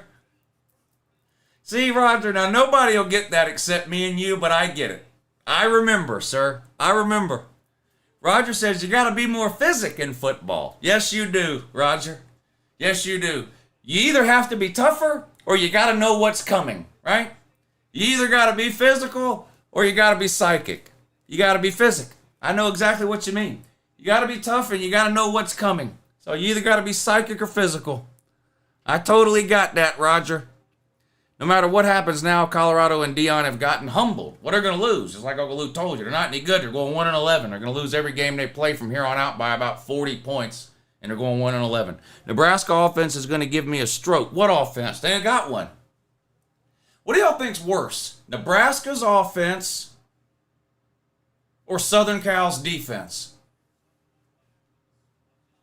Seriously, what do y'all think is worse? Nebraska's offense or Southern Cal's defense? Tim Russell, thank you for the super chat, buddy. He says, Lou, what are the odds Clemson loses 3 games in September? Wow, I'd have to look up their schedule now. I know the Florida State game is a likely loss. I don't know. I picked them to go 9-3, so that's 3 games over the course of a season. They look to me to be more like an 8-4 team than 9-3, but I was still pretty close at 9-3. But yeah, Colorado going deep. Nobody home except a referee and a Nebraska defensive back, but it falls incomplete. Travis Hunter looks confused on the play. Lou, check out Virginia. Are they still losing? I'm not going to turn it to the Virginia game. I know they're playing James Madison and are getting beat. Is that what you're talking about? Georgia with the ball back after the punt. 1st and 10. C.J. Smith picks up 3, maybe 4 yards. Another wide receiver we don't need.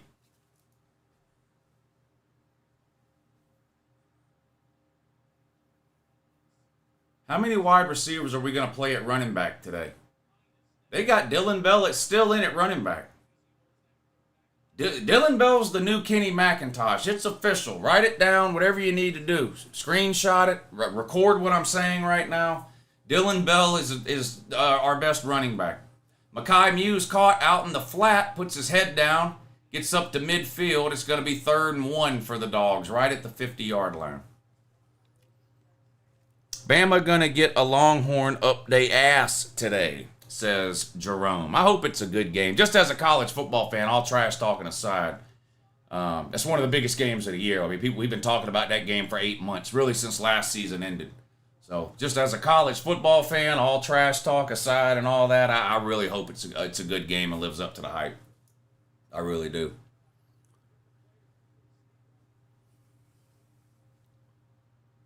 Third and 1.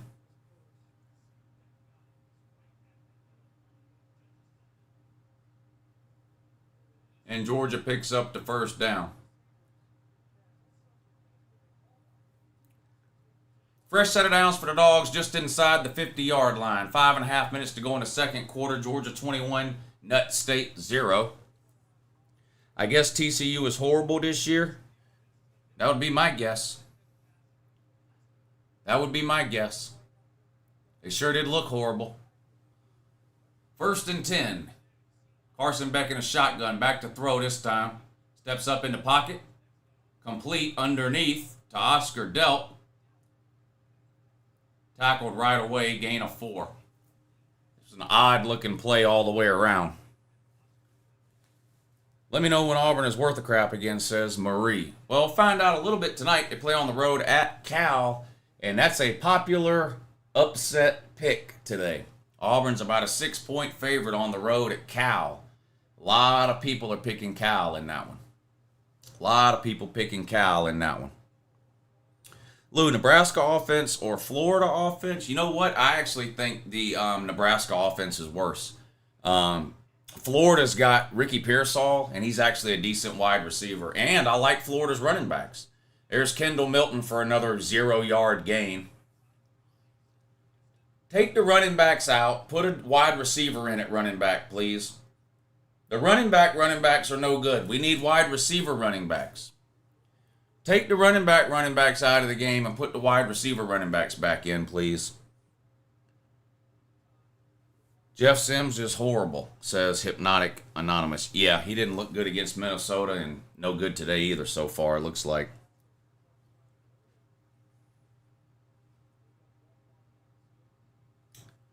Love watching Nebraska play a Big 12 team again, says Gators Owned. Nice catch that time by C.J. Smith downfield for the Dogs. Inside the 35 to the 32, 33-yard line. That was a good-looking throw and a good-looking catch. Moves to sticks. Did Jeff Sims just throw an interception here? Is that what y'all were talking about? Or did he fumble? He fumbled again. Then ran away from the football. Yeah, he's horrible. You're right. He fumbled and then ran away from the football while it was on the ground. That just don't make no sense. That's a turnover. It's going to be Colorado's ball. And they already in the red zone following that turnover. 1st and 10 inside the 20.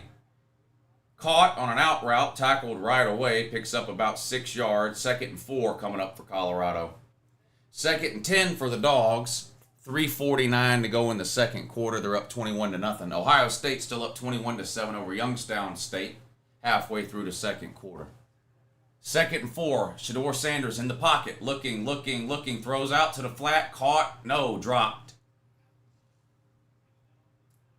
2nd and 10. Beck throws. Complete. Over the middle. Caught.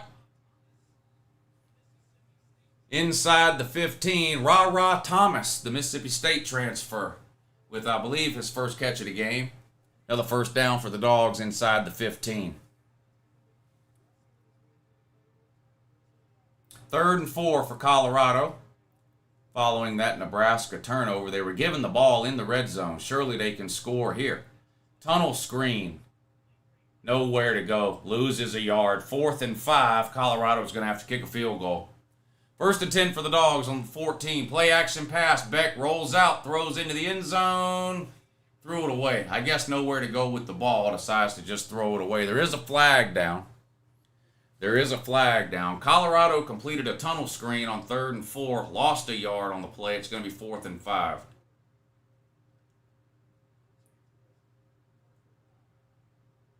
Roughing the passer on Ball State's going to give Georgia 1st and goal inside the 10. Kick is up for Colorado, and the kick is good. First points of the game come with 4 minutes and 20 seconds to go in the second quarter. Colorado 3, Nebraska 0. And you can directly blame Jeff Sims for those 3 points. That's on Jeff Sims 100%. What's Jim Harbaugh's favorite burger? I got no idea. Thank you, By Insanity, for the super chat. 1st and goal for Georgia.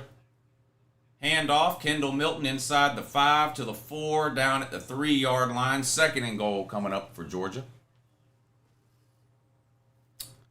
So no late game stream tonight. Yeah. 7 o'clock tonight on Patreon. If that's what you're talking about. 2nd and goal, gets back to the line of scrimmage. That's it. 3rd and goal from the 2. Yeah, streaming the primetime games tonight starting at 7 o'clock. That stream will be on the Patreon page. The link to the Patreon page is in the description of the video. I'll post it in the chat if y'all want to check it out. Here you go. Right there. There you go. There's a link to the Patreon page. Texas and Alabama play tonight. Several good games on tonight. So yeah, we'll start the primetime stream at 7 o'clock tonight. 3rd and goal for Georgia. Carson Beck throws. Wow, should have been caught.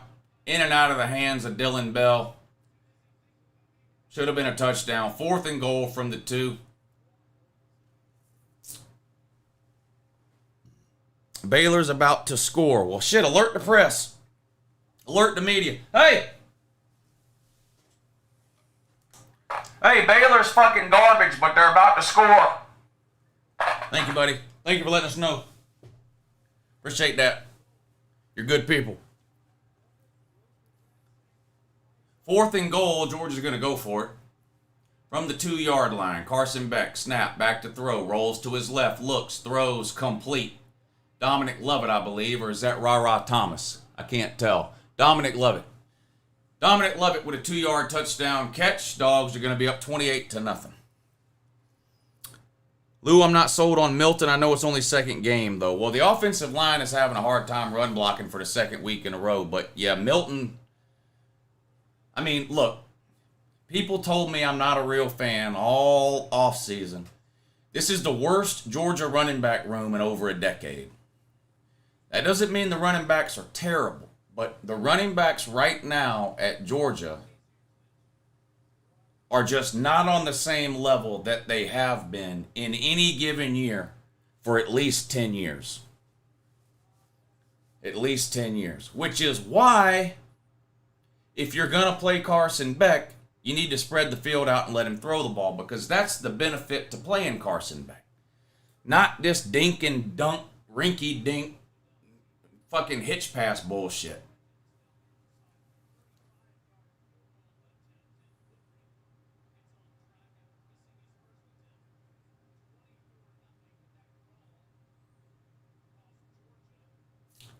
Georgia didn't score. What was the penalty? I missed it. Georgia scored, but there must have been a penalty. They took the touchdown off the board, and by the time I looked back up, they were kicking a long field goal. What was the penalty? What did I miss? Oh, offensive pass interference. What do they call it? Was it like a pick play thing? They never call that. They never call that. Oh, well. 24-0 Dogs on top.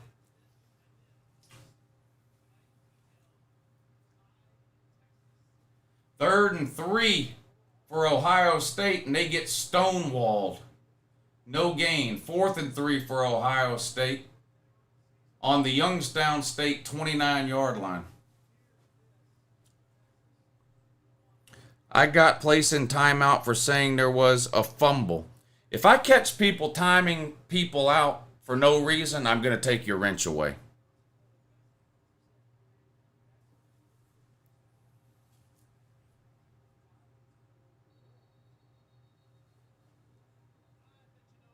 Nebraska looks like the bad news Bears. Yeah, offensively, they're a complete disaster.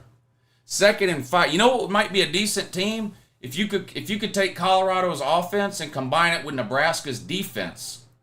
Now, look at that fucking hit. Somebody forgot to block that number 44 in that Colorado game. Look at this. How do you just forget to block the guy?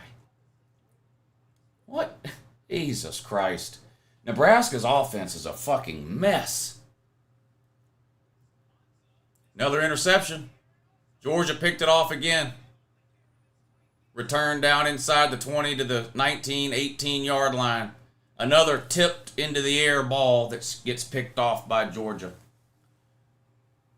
Boy, Nebraska's offense is hard to watch. I think Iowa does have a better offense than Nebraska. 3rd and 7. Why Jeff Sims is still in the game, I'll never know.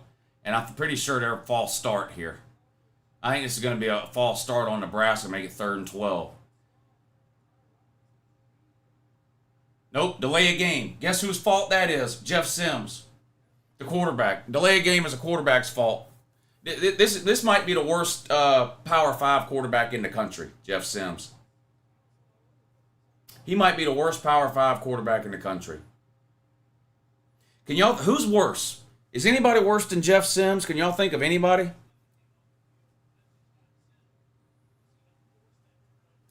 Third and 12 for Nebraska.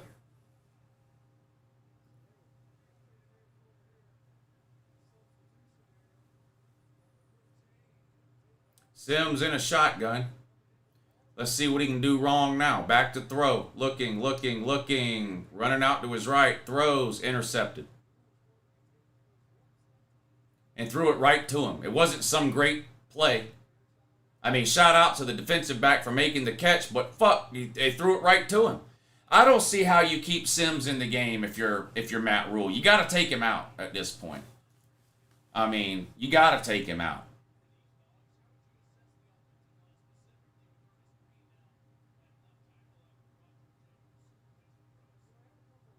Just a terrible throw. Look, I mean, just threw it right. I mean, just a horrible throw. Just a horrible throw.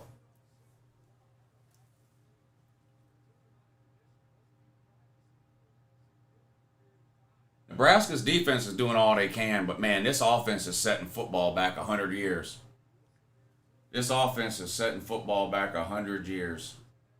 1st and 10 for Colorado on the Nebraska 30. Shedeur Sanders back to throw. Wants to go deep, it looks like. There he goes. Wide open on a corner route. Touchdown, Colorado. Man, with 4 minutes to go until halftime, a 0-0 game. A minute later, Colorado 10, Nebraska 0. And 100% of that is on Jeff Sims. 2 Jeff Sims turnovers led to both Colorado scores. Jeff Sims fumble, Colorado field goal. Jeff Sims interception, Colorado touchdown in back-to-back drives. Jeff Sims is an absolute fucking abomination and a complete and total mess and disaster and an embarrassment to not just football, but to organized sports in general. No wonder the only team that wanted him was Georgia fucking Tech. Georgia Tech is an embarrassment unto themselves. He's a perfect fit there, Jeff Sims. Why the fuck Nebraska thought it was a good idea to bring this deadbeat in, I'll never know. Jeff fucking Sims. He's got to be the worst fucking quarterback in the Power 5, this guy. This Jeff Sims. Jesus fucking Christ. He's got more completions to Colorado than he does to Nebraska. And when he's not busy throwing interceptions, he's fumbling the ball. And that fumble he had about pissed me off too, because he fumbled the ball, he looked down at it, and ran away from the goddamn ball. I don't know what this Jeff Sims is doing. He's just not a football player is what it is. Not a football player. You got to take him out. You can't. The 2 weeks in a row, Nebraska can't get a fucking first down. Never mind score points. This is embarrassing. And Nebraska's defense is good enough for them to be 2-0. Instead, they're going to be 0-2 because they got the worst quarterback in the Power 5, this Jeff fucking Sims. He should have kept his raggedy ass at Georgia Tech where nobody would have cared about him. Instead, he goes up to Nebraska. Matt Rule gets hyped up in the offseason for no fucking reason. Got people actually paying attention just so he can come out and take a giant fucking runny diarrhea down both his goddamn legs in the first 2 weeks of the season, this Jeff fucking Sims. Wow, Jesus Christ. Fucking Jeff Sims. What a fucking goddamn disaster.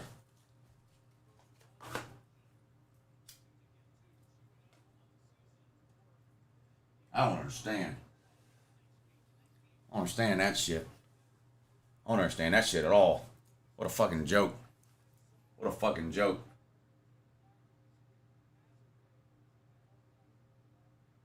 Ohio State's up 28-7 now. Georgia's up 24-0. 3rd and goal. 41 seconds to go until halftime. Georgia trying to add to the lead. 3rd and goal from the 1.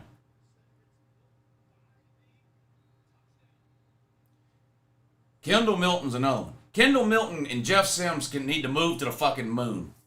Just both of them. Kendall Milton, he scored, but Jesus Christ. Kendall Milton ain't it. I don't know what happened to this guy. Kendall Milton used to be good. I don't know what happened to him. I really don't. He stays injured all the time, and he's just not any good. Kendall Milton and Jeff Sims need to rent an apartment on the moon. Just get the fuck out of college football. Put the wide receivers back in at running back. I'm tired of watching these running backs at Georgia. Georgia's running backs are fucking garbage. Hey, Georgia fans, don't forget to tell me how much of an idiot I am and how I'm a hater and I'm not a real fan when I've spent the last 8 months trying to tell y'all about these running backs that ain't no good. Y'all told me I'm not a real fan. I'm not a real fucking moron is what it is. You don't even need elite QB play for Nebraska, just good enough to not turn the ball over. Yeah, that's the thing. I mean, the defense is really good. Good last week, good this week, but the offense, I mean,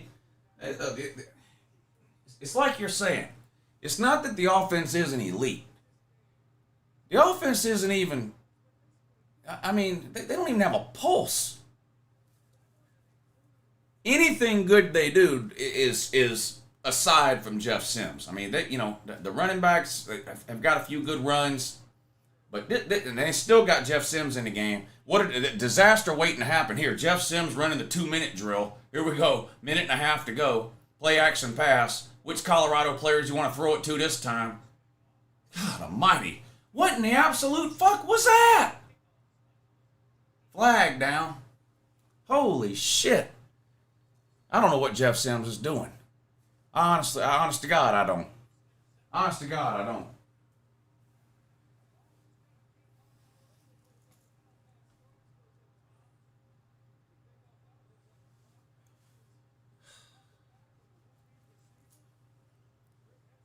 Florida's a 46-point favorite. Is there any way possible they cover that spread? Yes. Yes. In fact, I think they will cover. Look, you got to understand, Billy Napier's likely not going to beat a single Power 5 team this year. His only hope on anything is like McNeese State. So if he can score 80 on him, he will. If he can score 80 on him, he will. Jeff Sims was committed to Florida State. Decommit went to Georgia Tech to dodge that bullet. Mike Norvell knew what he was doing. Go Noles. I'm behind on the super chat. Sorry about that. Let me get caught up. Georgia offensive line looked like Pee-wee football. It's embarrassing. They've got issues against the when it comes to run blocking. That's for sure. And the running backs being garbage don't help. Rendell Sanchez. We just read that one about Florida State. Agent Z, thank you for the super chat. He says, Sims is trash. What is he doing? Is he trying to lose? Casey was way better and they ran him out of town over Sims. Yeah, I don't know why they chose Jeff Sims over Casey Thompson. That didn't make no sense at all. I mean, if I was Matt Rule, I'd put any Tom, Dick, or Harry with a pulse and a heartbeat in at quarterback now and just get rid of this Jeff Sims. This guy's just not any good. He just ain't it. Just ain't it. Brandon Wyatt, thank you for the super chat. He says, Dean Legge might hit you over the head with a plastic chair if you keep stating true things about UGA players. Yeah, well, there's a lot of things Dean Legge might do. He might give me a turkey sandwich, but he didn't, so, you know.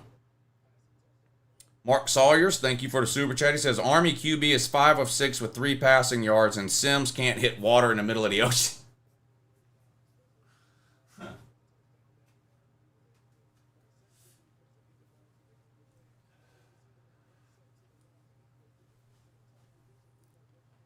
Georgia offensive line looked like steaming pile, says Dale Bramlett. Yeah, doesn't help that the running backs are no good, but yeah, the run block, the pass blocking is fine. For whatever reason, the pass blocking was good last week, and it's been good this week. But the run blocking is horrendous. Horrendous. Halftime of the Georgia games, Georgia up 31-0. Nebraska and Colorado are doing everything they can to extend this game, make it as long as possible. They're in the middle of what seems like has been about a 15-minute delay. Colorado's still up 10-0.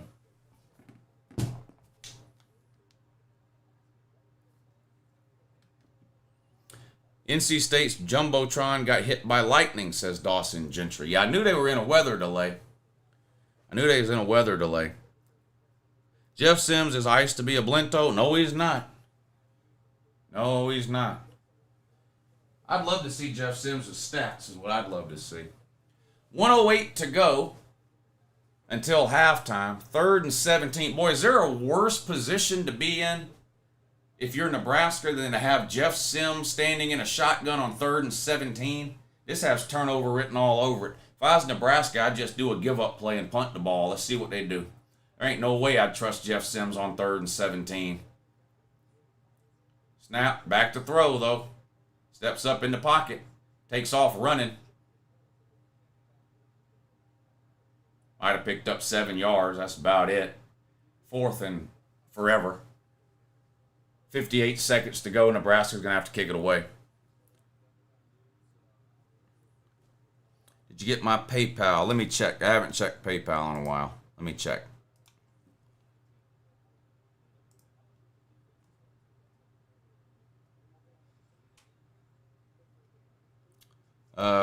Yep, got it. Caleb, thank you, buddy. He says, good morning, Lou. Hope all is well. Long time no talk. I still check in on your streams and videos. Just real busy due to college. Did you hear that Mekhi Muse was the first UJ player in 14 years to return a punt for a touchdown? Crazy stat. Go Dogs. Yeah, we haven't had a decent kick returner of any kind, kickoff or punts, really since Miko Hartman. But I like Muse returning kicks. Hell, put him at running back too, for that matter. Bama Mike, thank you for the PayPal. He says, setback 100 years had me dying. Yeah, Jeff Sims and this Nebraska team is setting offense back 100 years. It's just atrocious. Watching Nebraska makes Iowa look like the greatest show on turf. That's how bad the Nebraska offense is.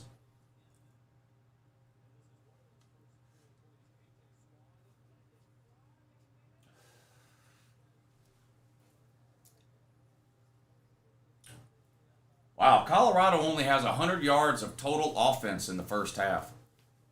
But they're up 10-0 because of those turnovers. Shedeur Sanders back to throw with 45 seconds to go. Scrambling. Takes off. Runs out of bounds after a gain of maybe 2 yards. 2nd and 8 coming up. 40 seconds to go. Yeah, Colorado's only got 100 yards of total offense, but both their scoring drives were off a turn. Their 2 scoring drives total are 36 yards. Total. Because they got the ball in plus territory off of Jeff Sims' turnovers. Thank y'all for hitting the PayPal, by the way, to help support the show and the Super Chat and that and everything, too. I'll get caught up on the Super Chats here in a second. Let's watch the end of the half. Shedeur Sanders throws over the middle to Travis Hunter. Jukes 2 people out of their shoes. Flag down on the play, though. Nice route and catch by Travis Hunter, and then he just put the circle button on 2 Nebraska players, and it was over for them. But there is a flag down. Shedeur Sanders is 10 of 17, 86 yards with a touchdown. So I guess he's still winning the Heisman. I don't know.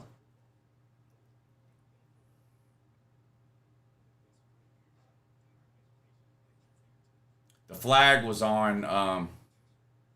I don't know who the flag was on. Tunnel screen. Has room. Wow. Touchdown saving tackle by somebody on Nebraska there. Still a gain of 12, 13 yards.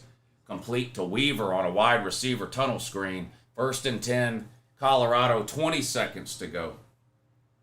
Shedeur Sanders throws. Complete. Flags all over the place.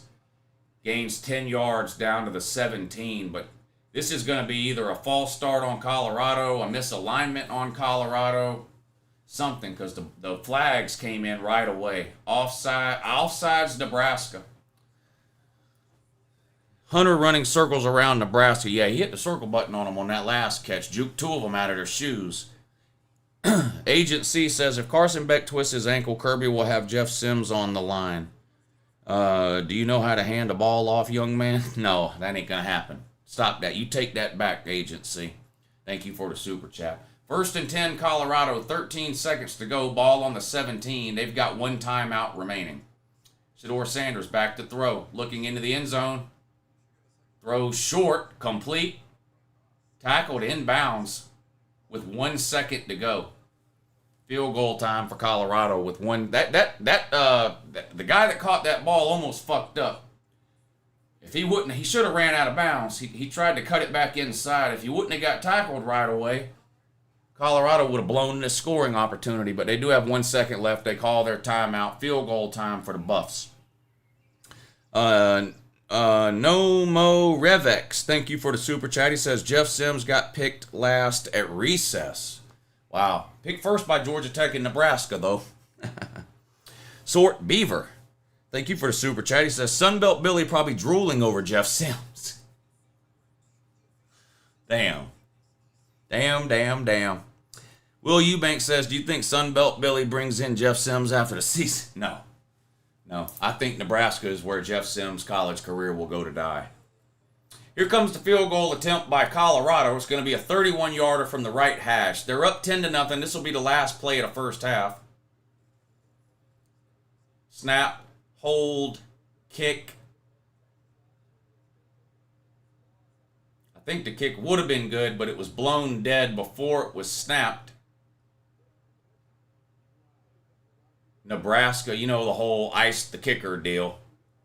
They called a timeout before the ball was snapped, so they'll get to try this kick again. Jeff Sims playing both ways, better than Travis Hunter.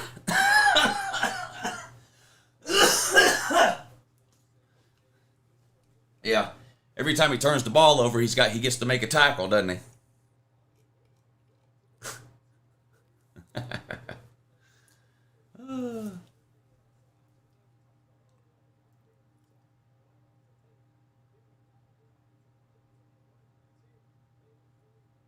What are we waiting on now?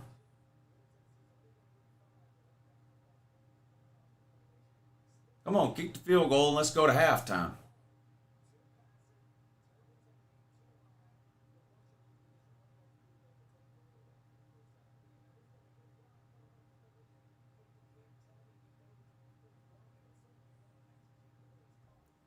All right, now they're ready again after the timeout. 31-yard attempt from the right hash.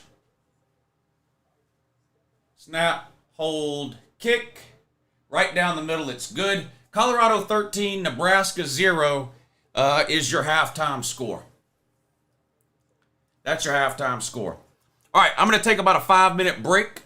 Georgia game and Colorado-Nebraska game are on a half or at the half. I'm going to make a halftime report video and upload it to YouTube. I'm going to take about a 5-minute break, and I will be right back.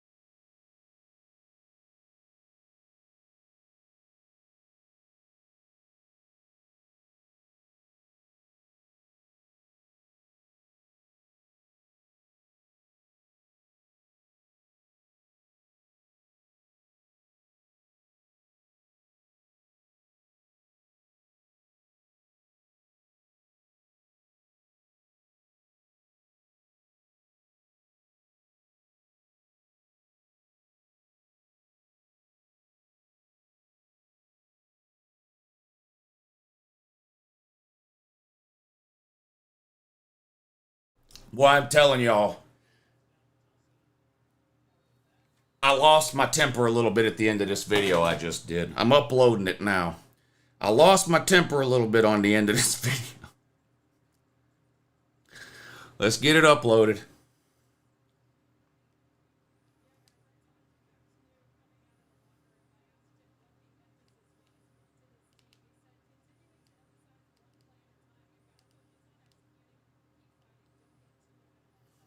Yeah, lost my temper a little bit.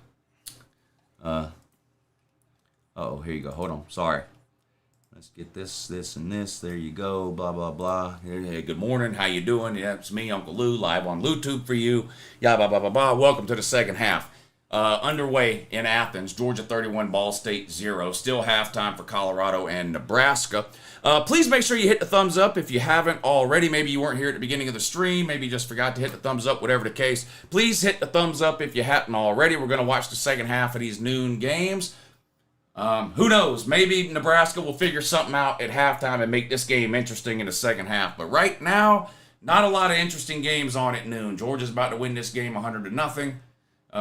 It looks like Colorado is running away with a Nebraska game because Nebraska just can't bench Jeff Sims for whatever. Fuck Jeff Sims. Anyway, hit the thumbs up if you hadn't already. I'm getting this video uploaded now, so I apologize for. I'm going to be distracted here for just a minute or two while I try to get this halftime video uploaded.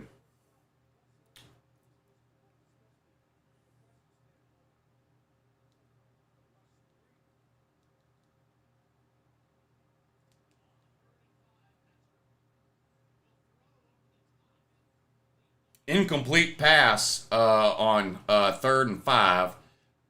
Ball State's going to have to punt it away now on 4th and 5.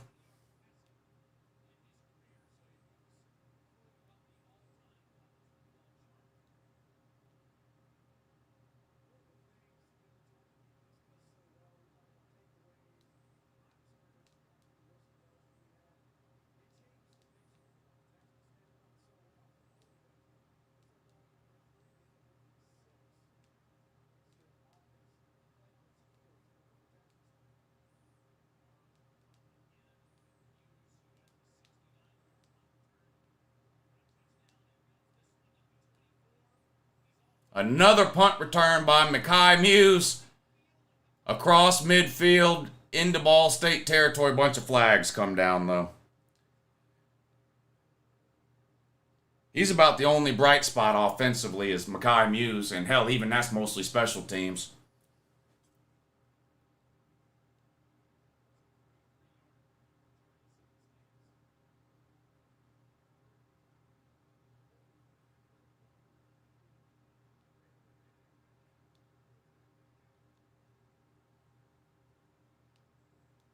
I'm just getting this video, halftime video uploaded. Again, I apologize for ignoring y'all here for a minute or two while I try to get this halftime video uploaded.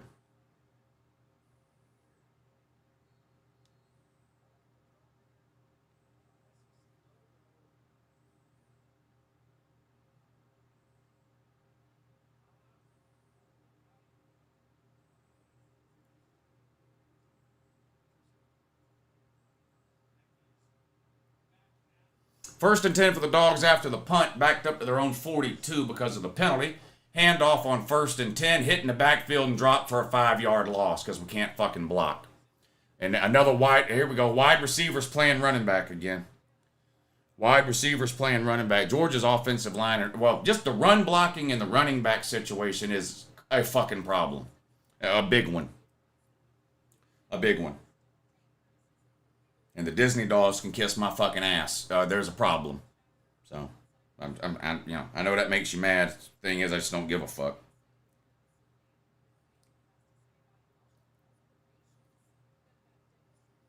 I mean, I give a fuck that we can't run the ball. I mean, I don't give a fuck that it makes y'all mad. Like, I couldn't care less that it makes you mad. I'm glad it makes you mad. You should be mad. You shouldn't be mad at me for saying it. You should be mad at what they're forcing you to watch here when it comes to trying to run the ball. 3rd and a ridiculous amount. No, 3rd and 2. Beck going deep.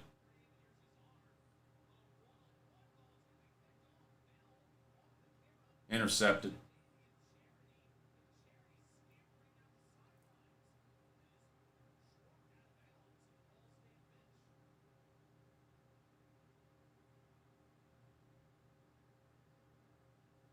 Not a good throw, but that's not why it was intercepted. It was good coverage on the play, but it probably shouldn't have made the throw. It was underthrown, and then the ball got bobbled around and then intercepted. I need to see the replay on this.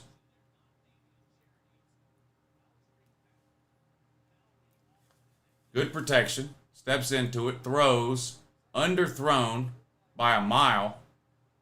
Yeah, it just bobbled and then caught by a Ball State defender.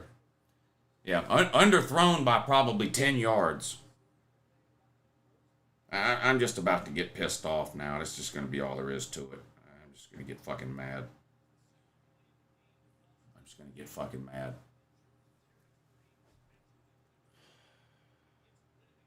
Pass complete for Ball State for a 7-yard loss, if you can imagine that, which I'm pretty sure that you can. Georgia's defense is legit, ain't it? Yep, it's everything else that's the problem, Lou. Yeah, I know. And if they don't get it figured out, they're going to be in a world of fucking hurt.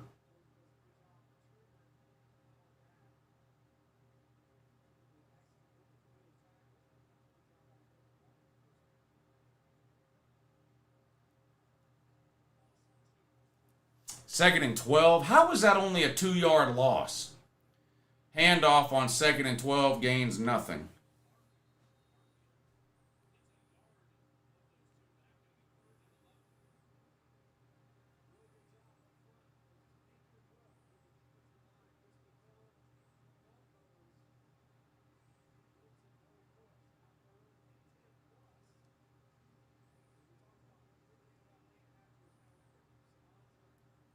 All right, the video will be uploaded in 1 minute, so if y'all want to watch it.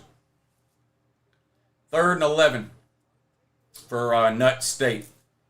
They're on the Georgia 43-yard line following the Carson Beck interception. Quarterback running for his life. 15, 20 yards behind the line of scrimmage. Finally gets rid of it, just throws it out of bounds, incomplete. 4th and 11 for Nut State, and they'll have to kick it away. I just saw the luckiest bounce for an interception by Georgia in history. You talking about the interception that Carson Beck threw? Yeah. I mean, not really Carson Beck's fault that it was intercepted. Now, it was a bad throw. It was drastically underthrown, but it ended up being a weird bounce that caused it to be intercepted. But he never should have thrown that. He never should have thrown that pass. And then he underthrew it by 10 yards.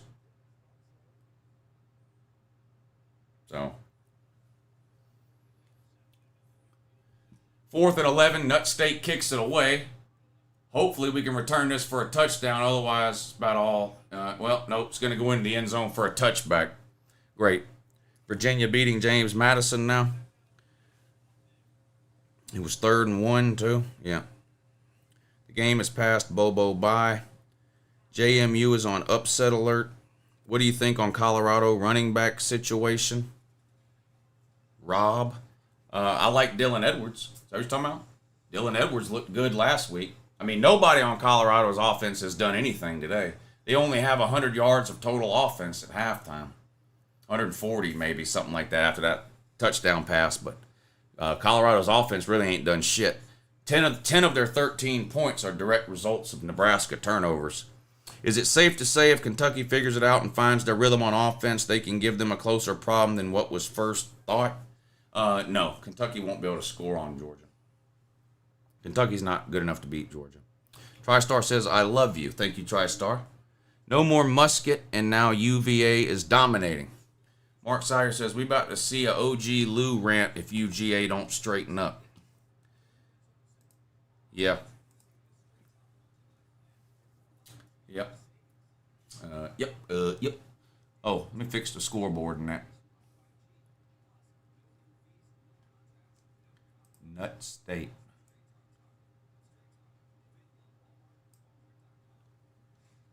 Let's try this.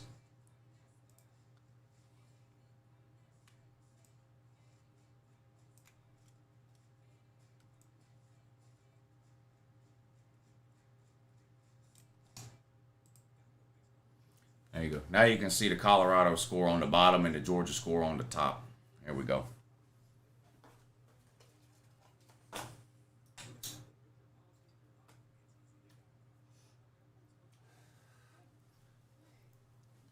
All right, second half underway. Colorado 13, Nebraska 0. If Nebraska doesn't find any offense, it doesn't matter how good their defense plays. Nebraska's offense is just absolutely horrendous. It's hard to overestimate how bad Nebraska's offense has been in this game.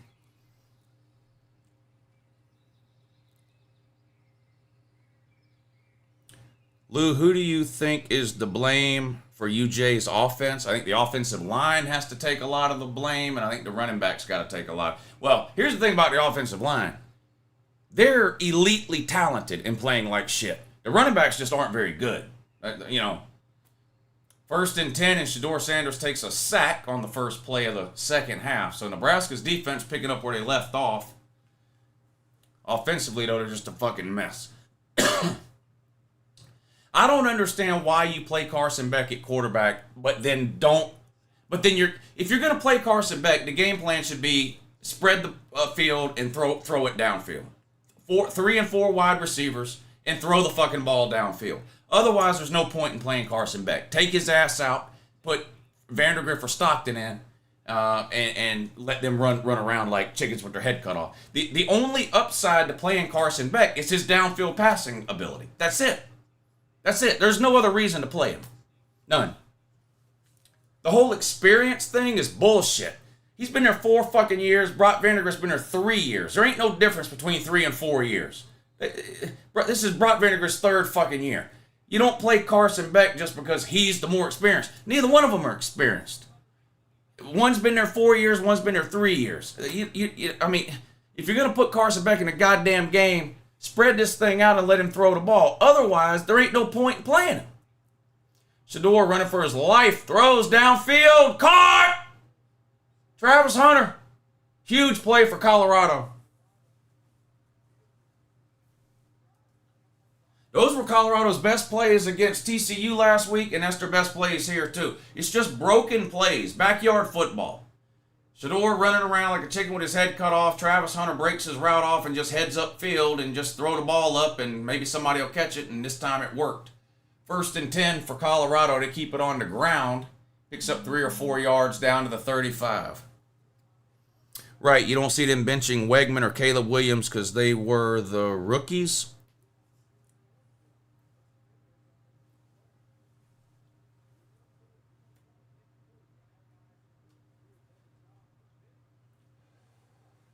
No, what I mean is that it's not like the backup is a true freshman.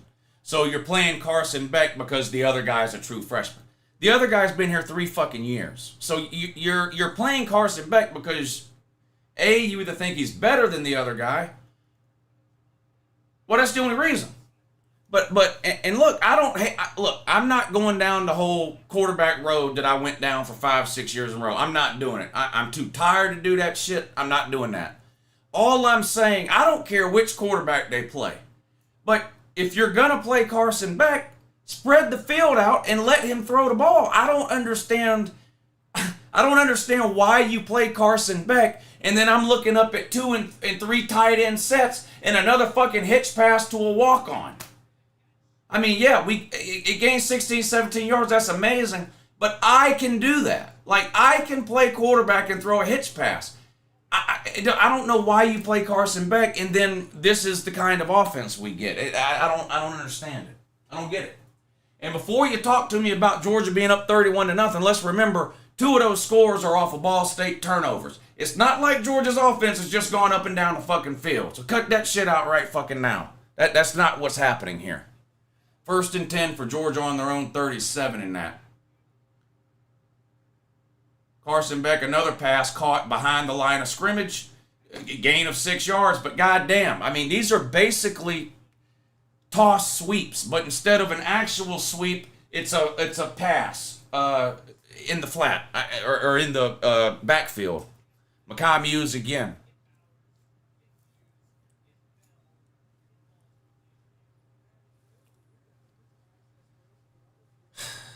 Colorado turned the ball over on downs, I believe.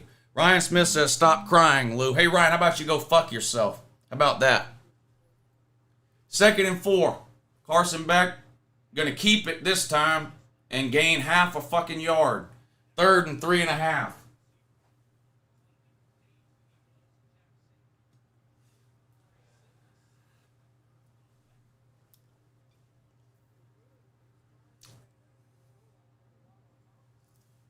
Third and 3.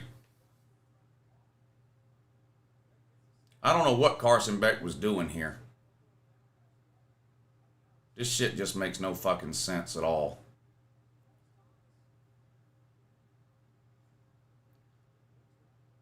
Beck back to throw.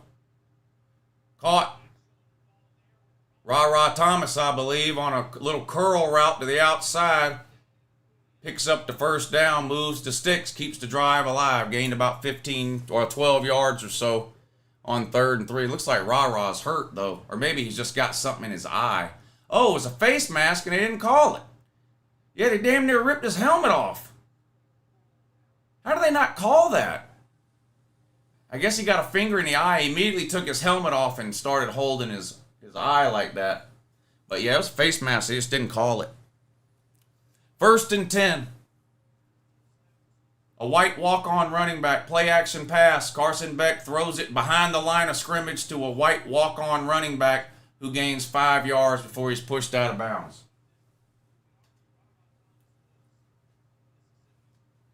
I haven't seen Carson Beck complete but one pass past the line of scrimmage this entire 3rd quarter. 2nd down. Back to throw. Complete. Underthrown, but complete.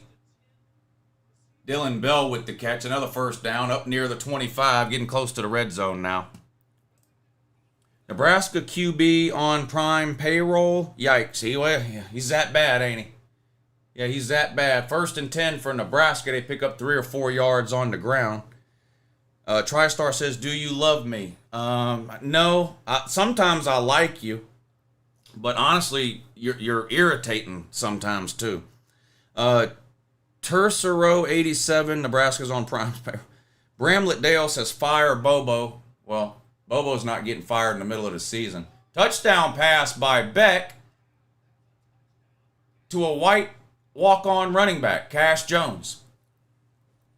Vegas building a new casino with this Baylor game.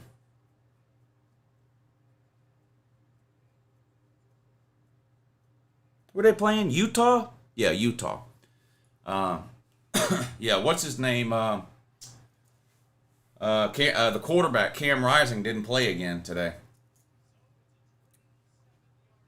That's going to hurt Utah if they lose this game, though, because there's no way Utah's making it through the Pac-12 schedule without a loss. There's too many teams in the Pac-12 that are lumped together, you know. Southern Cal, Utah, Oregon, Washington. It's going to be hard for any of those teams. It's going to be hard for any of those teams to get through undefeated. So you drop a non-con game, that really puts you behind the 8 ball. 37-0 Georgia. Extra point will make it 38.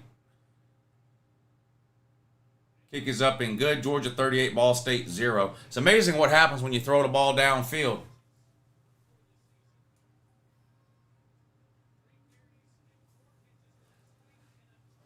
No, but Bobo ain't getting fired during the season. Now, I believe if we don't average 40 points a game, he should be fired. I think at the end of the year, if we haven't averaged, I don't care what our record is, if we haven't averaged 40 points a game or more, I do believe Bobo should be fired. Are you just scared of Alabama? Is that how you play your season? What? Why would Georgia be scared of Alabama? Georgia's won back-to-back national titles, beat Alabama for one of those national titles, beat Alabama the last time we played. Bama's coming off a season where they weren't even good enough to win their division, never mind make the playoffs. Why would Georgia be scared of Bama? That don't even make no sense. That might be the dumbest comment of the day, except for when that Ryan Smith guy told me to stop crying like he doesn't know who the fuck he's talking to. I don't know who's coming around this channel that doesn't expect me to complain about Georgia when they do things wrong. There ain't nobody on the internet that's harder on Georgia than I am. So you got lost, took a wrong turn at Albuquerque or something. if you're a Georgia fan and you're coming around here and don't think I'm going to criticize Georgia when they do stupid shit.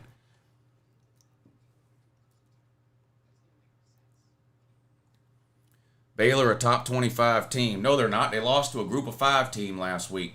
How bad does this make Florida look? Boy, I just realized this makes Florida look even worse. This somehow makes Florida look worse. Wow. Somehow Florida's taking a loss and they're not even playing. Florida's taking a loss in this Utah game and they're not even playing. Boy, this makes Florida look like an absolute failure.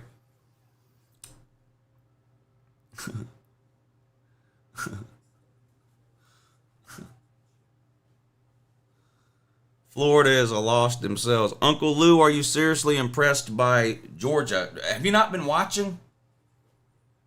You must not have been watching. If you have to ask that question, then you haven't been watching. Time for Brock to play, get some touchdowns with him. No, the starters are about to be out of the game. You might not see Brock or any of the other offensive starters for the rest of the game. The party never ends. Thank you for the super chat. He says, Muse looks amazing. UJ turns walk-ons into 5 stars.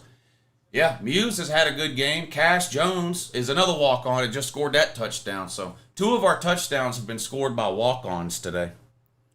Just remember who made Kirby. Georgia. Try to remember how to type sentences that make sense. Just remember who made Kirby, Georgia. I don't know what you're saying. I don't know if you're trying to tell me to remember who made Kirby, Georgia, as in like Kirby is Georgia, or if you're saying Georgia is Kirby's last name, like don't forget who made Kirby, Georgia. It just makes no sense. I think you're trying to do the thing where, as an Alabama fan, you claim credit for Georgia's success because Smart at one point coached under Saban, which is fine if you're willing to give Bill Belichick all the credit for Alabama's success. Because Saban was built by Belichick, I guess, is where we're headed, I guess that's what we're doing here.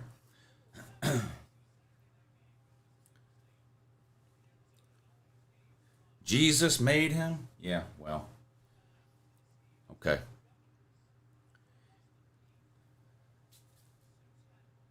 Jesus made Jeffrey Dahmer, too. Georgia is still the team to beat. Belichick built all of Bama, even the trailer parks. Bama, your season is over, coming tomorrow, says James Fonda.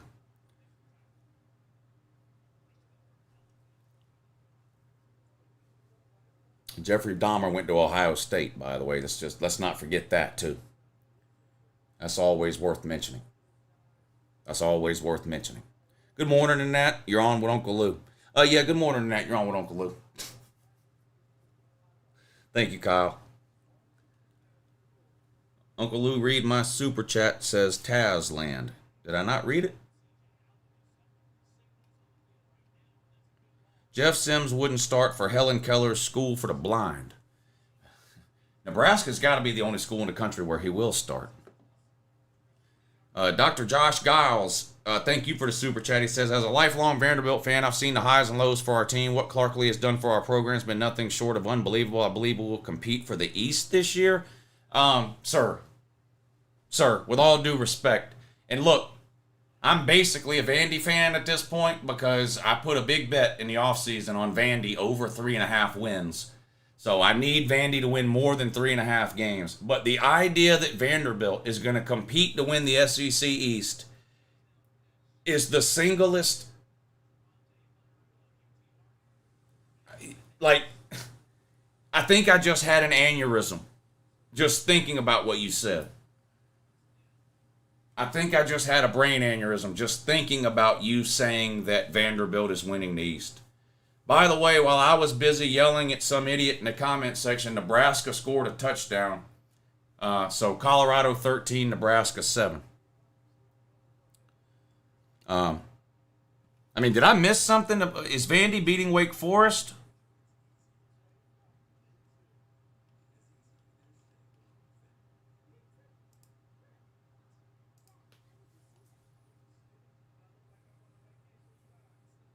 The Notre Dame NC State game is still in a delay. Baylor's up 13-3 over Utah. Look at Army, 36-0. Purdue's up over Virginia Tech. That game's delayed. Virginia's done come back and took the lead over a dead president.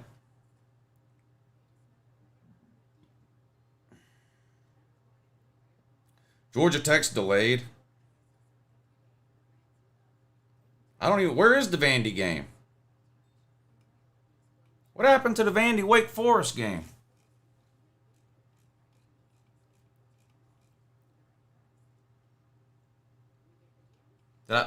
What's going on? Is that at the top?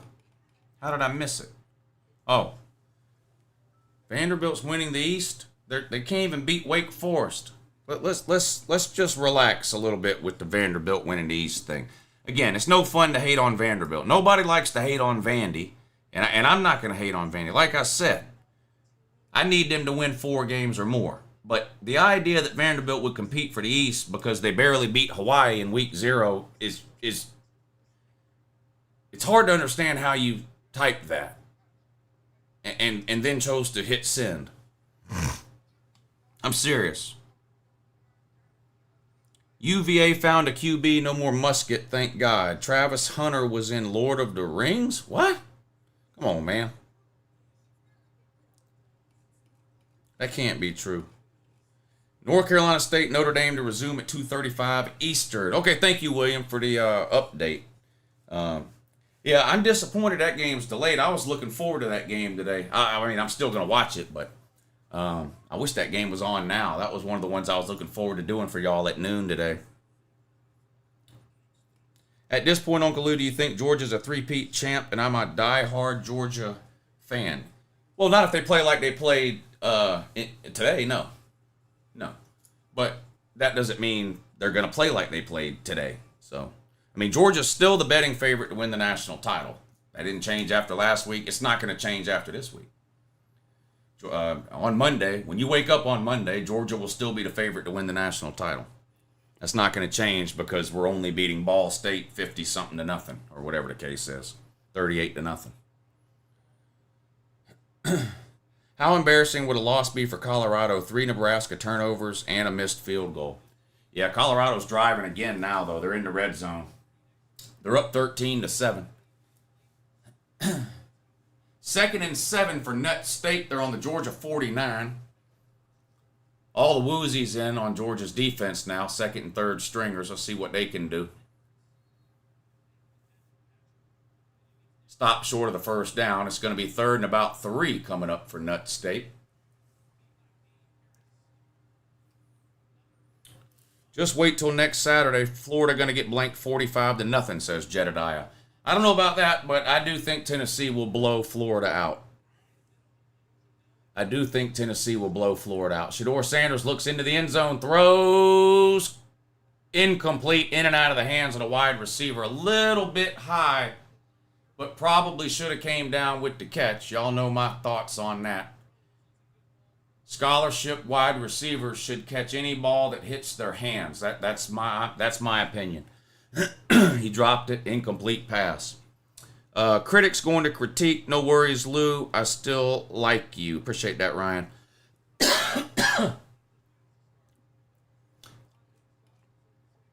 Dr. Josh Giles Vandy, thank you for the super chat. Joshua Toporek, thank you. Says, good afternoon, Lou. How's your college football Saturday going? So far, so good. Georgia's up big. I've been disappointing in a few areas. I mean, overall, yeah, I'm happy we're up 38-0, but there's some areas that are going to have to get a lot better. 1st and 10 for Ball State. Quarterback takes off, slides after about a 6-yard gain. 2nd and 4 coming up for Ball State. Now Colorado does score a touchdown. Weaver with the TD. It's going to be 19-7. The extra point will make it 20, or we'll see if Colorado decides to go for 2 to make it a 14-point game. Shedeur Sanders with a nice throw into the end zone.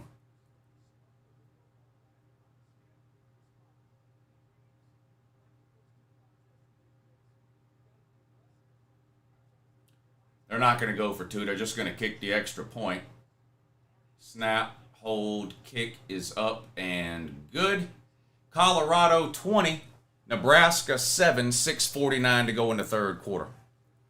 Unabomber went to Michigan and Harvard, says number one fan of the U. Is that true? I didn't know that. I know the old joke about Jeffrey Dahmer going to Ohio State. I didn't know that about the Unabomber, though.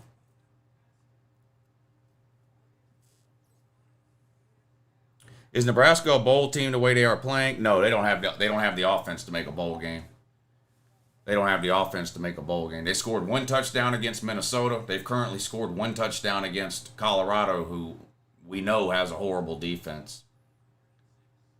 3rd and 6 for Nut State. They're going to take a timeout. They've got the ball down around the Georgia 30-yard line. Clemson QB can't throw a pass farther than 5 yards. That's a damn shame. Yeah, it turns out Cade Klubnik's just not any good. I mean, I guess if you'd have watched him last year, people would have known that. He had more interceptions than he did touchdowns last year. Started against Tennessee and led Clemson to a grand total of 13 points in that game. And Tennessee's defense was horrendous last year. He had a lower completion percentage than DJ Ukulele.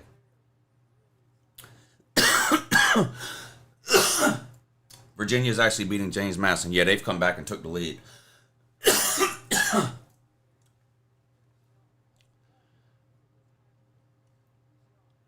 Why does everyone know that except Dabo? I don't know, Marie. Well, Clemson fans don't know that either. They still think Cade Klubnik is good. Clemson fans still think Cade Klubnik is good. I don't know when they're going to realize he's not. 3rd and 6 for Ball State. They're on the Georgia 35. Let's see if they can pick up the first down and try to get some points. Shotgun. Snap. Back to throw. Under pressure. Gets rid of it. Breaks a tackle. And it's close to a first down. Should have been tackled in the backfield. Piss poor tackling by Georgia. It's going to be short of a first down, but did a thing where he just tried to hit him and knock him down instead of actually wrapping him up and tackling him. Look at this. Wrap him up, man. What are you doing? Who is that? Number 5. Who was that? Number 5.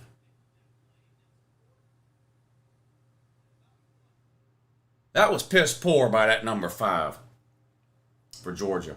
4th and 1, they're going to go for it, and then they're not going to get it. Hit in the backfield and slung down for a 5-yard loss. Who's number 5 on Georgia's defense? Raylan Wilson? He ought to be ashamed of his fucking self. Isn't he a 5-star? What was that shit? Well, you know what? That's why you let freshmen play in the second half of these games. So they make these mistakes now instead of next year when it matters. You know, that's why you let the backups and the freshmen play in these spots. So they do dumb shit in the second halves of games that don't matter instead of when they're actually starting down the road. So I'm going to let him slide on that. No, he's an inside linebacker, Raylan Wilson. You're thinking of Damon Wilson. Damon Wilson's the outside linebacker we signed. Raylan Wilson's an inside linebacker. First action this season since the strained MCL in camp, says Nature Boy. Lou, Sprite and tequila is a great combo. No, look, even when I drank, I can't drink tequila. Even when I drank, I couldn't drink tequila. Nebraska loses 100 yards on a jet sweep. It's going to be 2nd and 92. I can't take Dan Orlovsky seriously when he accidentally ran out of the back of the end zone. I didn't see that. Nick Chubb runs for 160 and 2 touchdowns tomorrow. I don't know anything about the NFL. Oscar Delp with a big play, hurdles a man down inside the 20 to the 15. Oscar Delp with a good-looking play. Georgia in business again. Bama going to monkey stomp Texas and steamroll all the way to Atlanta, says Wotod99. What's the chances Florida loses today? I'm dead serious. I'd put it at 0. I don't see any way possible Florida loses to McNeese State. I know we've had a lot of fun laughing at Florida over the last week since they lost to Utah, but McNeese State is horrible. McNeese State got blown out by Tarleton State. I don't even know what that is. There we go. Roderick Robinson with a nice run. Touchdown Dogs. It's going to be, 45-0 now? Georgia's actually covering the 42 at this point. 11-yard touchdown run for true freshman Roderick Robinson. Josh says, my Irish might actually stomp a mud hole in Clemson. Yeah, Clemson looks to me like they've got some serious issues that I don't think can be fixed during the season. Because honestly, I think it's talent issues. Jeff Sims actually made a good throw that time, and the receiver couldn't hang on. You can't waste good Jeff Sims throws because they don't happen very often. Extra point is up and good. Georgia 45, Ball State 0. Georgia going 6-6 this year because they were only up 7-0 at Ball State at one point in this game.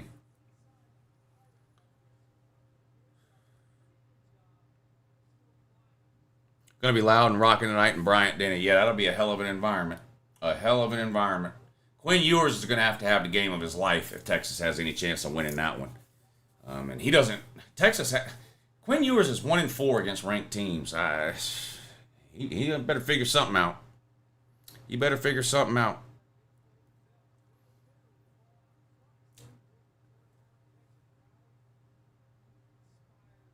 Hey Lou, where's Emily Jones? She's at Cincinnati. They play Pitt today. I'm not sure what time that game comes on. But he's at Pitt. But I don't know why you're laughing. He had 7 touchdowns last week. Emory Jones scored 7 touchdowns last week.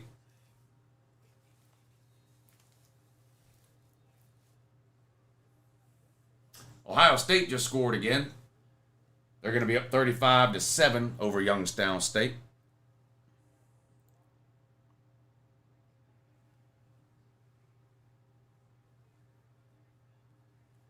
Not too happy that Delp did that. It was stupid. What did Delp do? What did I miss? What Oscar Delp do? I must have missed something. Go Pitt, easy victory. I don't know if it'll be an easy victory. I think they're favored by a touchdown or so. Bobo haters lost internet connection once again. Yeah, I don't hate Bobo. I'm giving Bobo a chance. I mean, 2 of the best offenses in Georgia history came under Mike Bobo when he was offensive coordinator before. So I've been fair with Mike Bobo this offseason. I never came out against the hire. I never came out against Bobo. I didn't criticize Bobo last week. I do question some of the first half play calling today, but it's more of a scheme and philosophy of like, you know, with Carson Beck, why are we doing this, and this instead of this, and this? Not necessarily individual or specific plays. But if he scores 40 points or more, then I'm fine with him. And he's proven he can do it. Like I said, 2 of the best offenses in Georgia history came with Mike Bobo as offensive coordinator. 2nd and 2, Ball State picks up the first down. Quarterback scrambles forward up to the 46-yard line into the third quarter. Lou, what do you think of the Georgia kicker? Need to see more. Not great. Not great.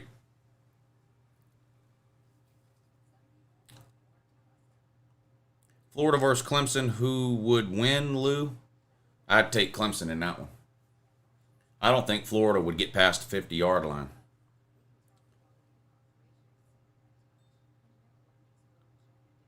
But he got to average 40. He got one job. I don't get that.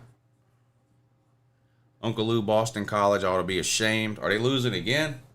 They lost to a group of 5 team last week. I know that. All right, Colorado's got the ball. They're up, is it still 20-7?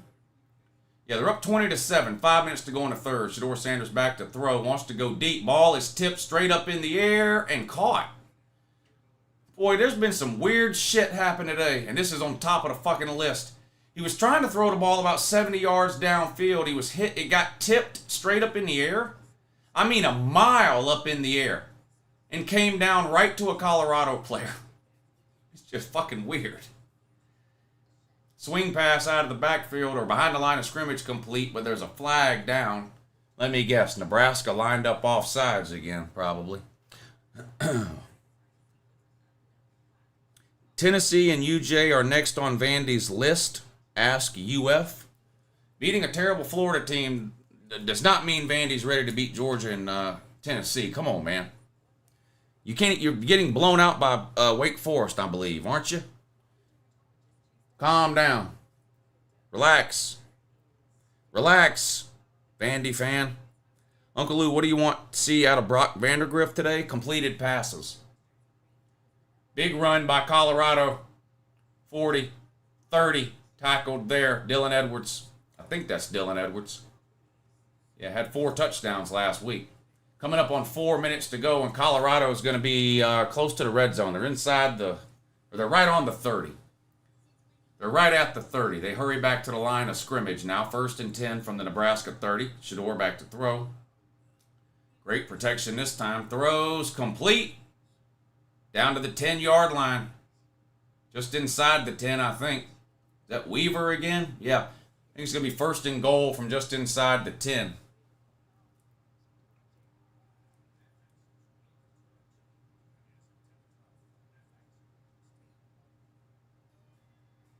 That ball was nearly intercepted. 1st and 10, down to the 5-6 yard line, I guess. Stopped there. They marked him down at the 11 on that previous play, so Colorado can get to the 1 yard line and get a 1st down without scoring. 2nd and 6 now from about the 7. They're up 20-7. Another touchdown here would pretty much do it, because it might take Nebraska 6 months to score in the 20s. Savage Dog, believe that if you want to. My concern is against a better team. Always go Dogs, though. Flag on Nebraska, pass interference, LOL. Shador Sanders back to throw.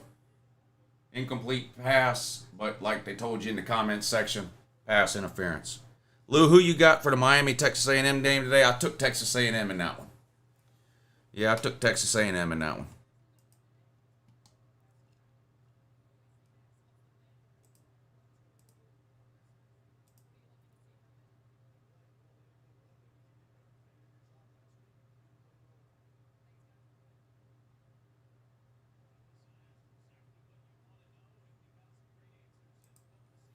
Nebraska might go 2-11, says 3rd and 8.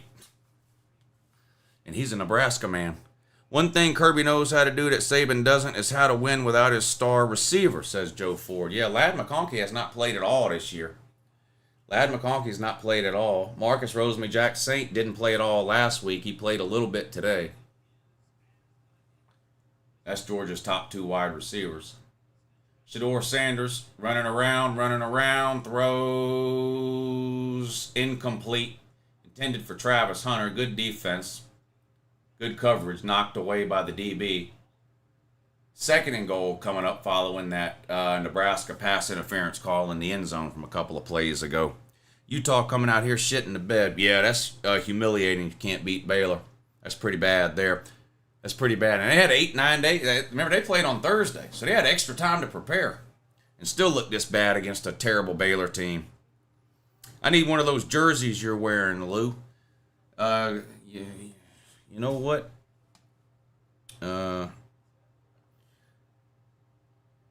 It's a custom jersey I had made. And I can't remember the name of the website now. But there was a promo code, like Uncle Lou or something, that gave you 10% off. They sponsored a couple of videos for me last year, and they sent me this jersey to wear. Let me see if I can remember the name of the site.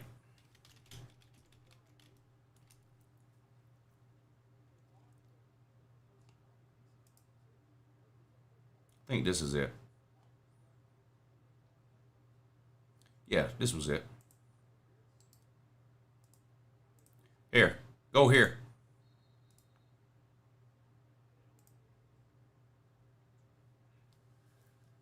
Click that link, and when you get ready to check out, you can try using the promo code Uncle Lou. I don't know if it's still good, because this was last season. They sponsored a couple of my videos last season, and there was a promo code to give people, I think, 10% off. So, but they're nice jerseys, too. Everything is sewn on. It's not printed. The patches are sewn on, the numbers, all the lettering, everything is sewn on. And you choose everything. The jersey color, the number color, the outline color, the script, where you want the words, if you want a patch, if you don't, if you want striped collar or not. You literally get to choose everything. Customize it all.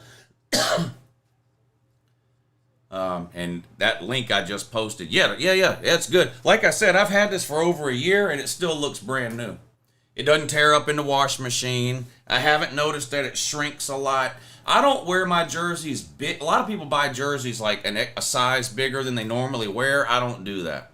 So like I normally wear a medium or a large. So this is, what is this? Well,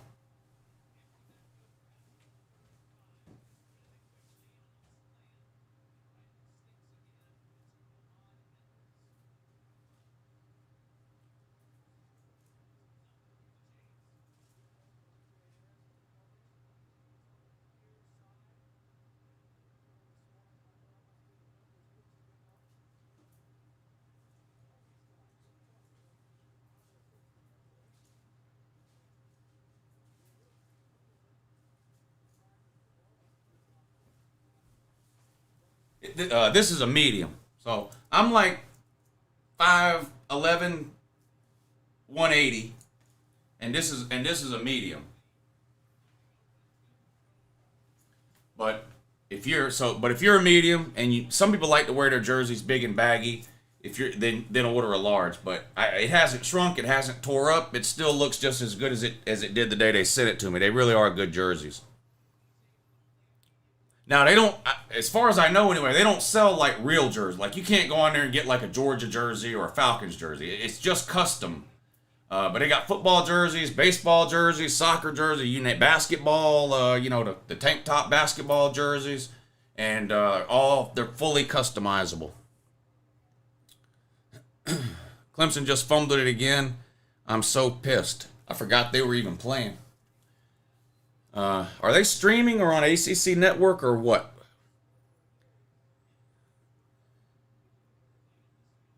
Clemson just got scored on after a, wait for it, fumble. I'm about 5'11", 5'10", 5'11", somewhere in there. ACC Network. I guess we'll put that on and laugh at Clemson for a while.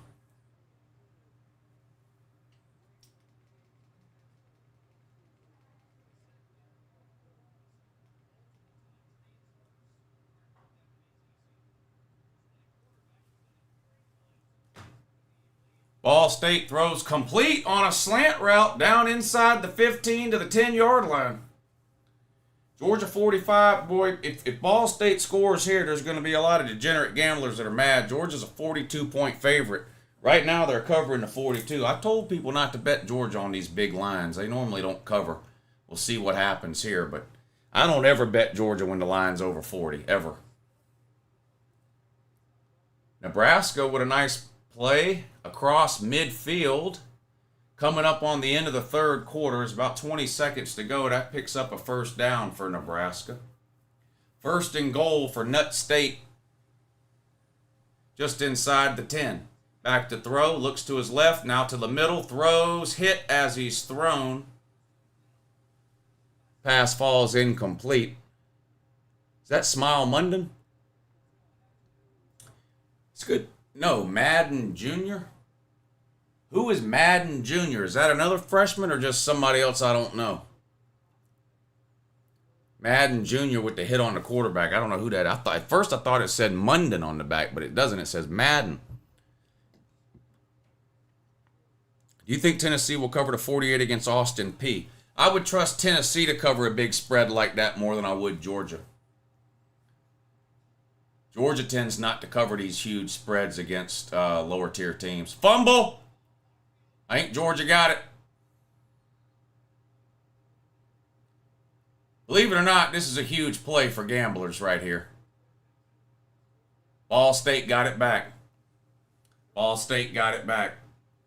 Georgia's a 42-point favorite. Right now they're up 45. A Ball State touchdown would be bad news for Georgia bettors on this game, which is not me. Ramdog says Michigan will not make a 3rd and Nate against UGA in December.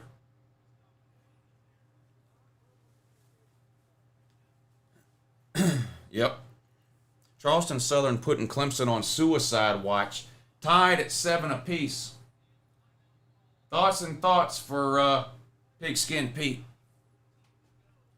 Georgia should feel ashamed of themselves. They could have started Ball State with 14 points. What? What? What?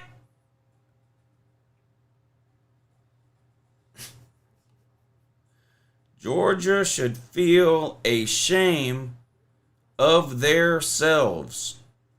They could have started Ball State with 14 points.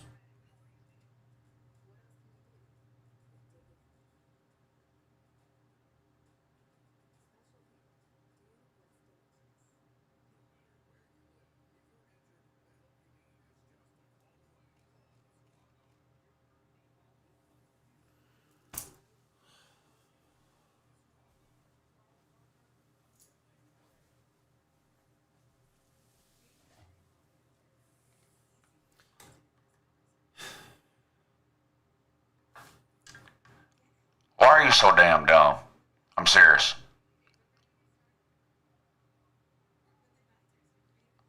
Answer me, son. Why are you so damn dumb?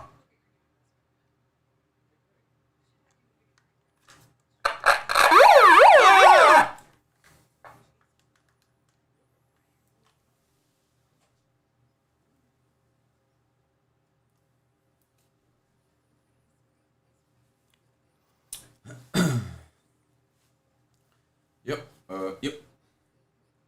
Yep. Did Clemson just fumble again?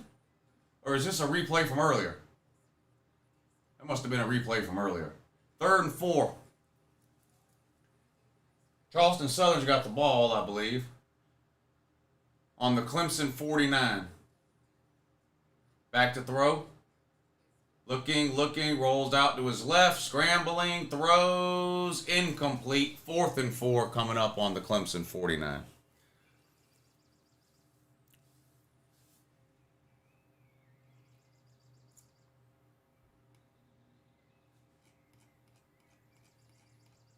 Don't forget to hit the thumbs up if Georgia sucks, is going 7-5, and Vandy's winning the East.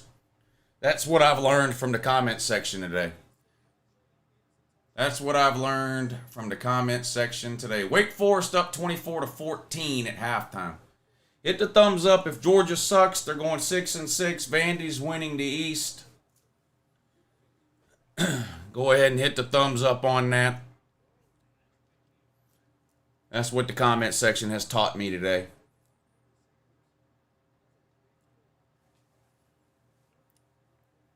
24-14 is Vandy's score. They are losing. Yes, they are. It's going to be 4th and goal now for Nut State. Let's see if they just settle for a field goal or if they try to get a touchdown. Potato. Yeah, potato. Potato. Colorado up 23-7. And it looks like another turnover for Nebraska. Was that Jeff Sims again? Who turned it over for Nebraska that time? Field goal is good. Well, if you had Georgia minus 42, that's currently a push. If you had Georgia minus 42.5, you're currently losing. Uh-oh, Clemson with a big play. Big play. Touchdown Taters. I didn't see what happened. I just saw Collins running down the sideline, so I don't know what. Is this a pass play? What is this? Not sure. You step out of bounds? That's the most Tater thing I've ever seen. Well, you know the Clemson fans were so happy to finally score a point or two. Did he step out? Yeah, he did. Out of bounds on the 17-yard line. Man ran 90 yards for nothing. Man ran 90 yards for nothing. He's out of bounds clear as day on the 17, 18-yard line. 1st and 10, Tater man on their own 18. Do you pay rent to your parents for the basement? No. They let me stay here for free. They let me stay here for free.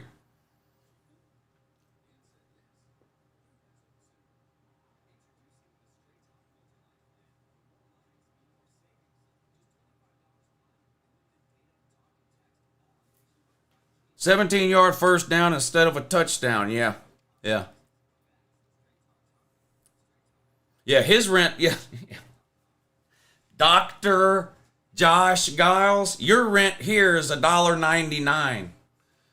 Thank you for paying it.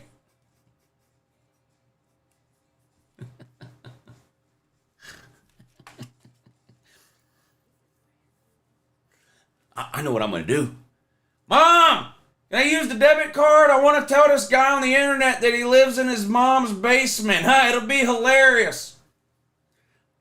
Do you pay rent to your parents to live in basement? I really got him. Thanks, Mom. I really got him. Fucking retard.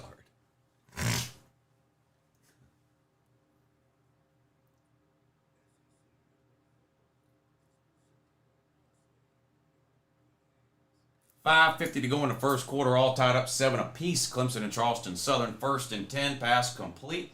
Little hitch pass, caught, picks up almost 10 yards.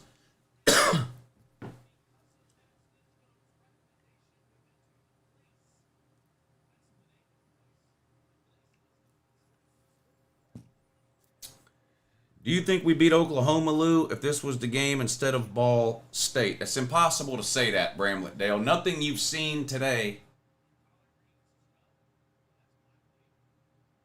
2nd and 2 for Clemson. That's an unanswerable question, Dale. Different game plans, different location, different preparation. Different players in the game. Ladd McConkey would have played. It's just an unanswerable question. Like to watch in Jersey, Lutavius. Thank you, Manning for life. Good to see you in here. Tack Chuck Me Daddy says paying for my portion of the rent. Thank you. Thank you. Send it to Dr. Vandy or whatever the fuck his name is. Do you think that message deleted by Crowjangles? Who's deleting messages?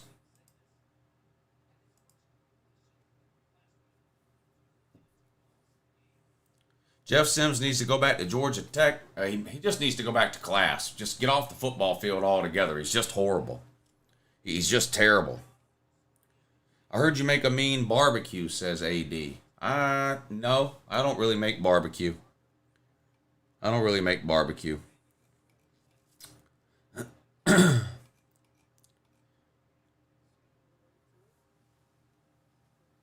Colorado's still up 23-7. 10 minutes to go in the fourth quarter of that one. Brock Vandergrift throws over the middle, incomplete, over the head of the intended wide receiver.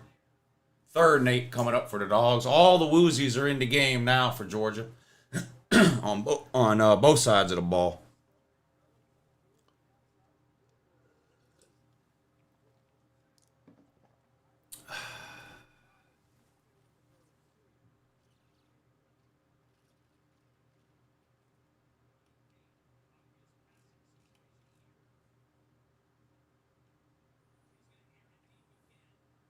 When do Vandy fans start showing up?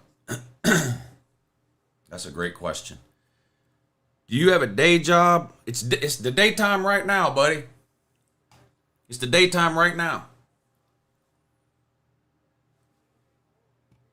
His PhD is fake. Clearly, real doctors have no time for this stuff, says Zach Driggers. You mean he's pretending to be somebody he's not on the internet? No, come on. You can't be serious.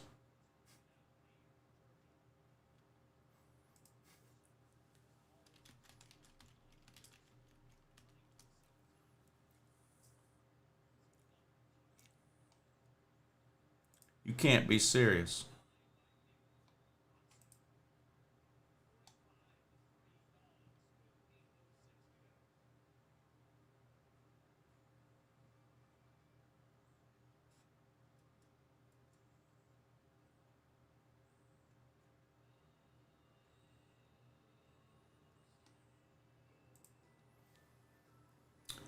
I won't pretend I expected Baylor to have a chance surprised by this score. Yeah, me too.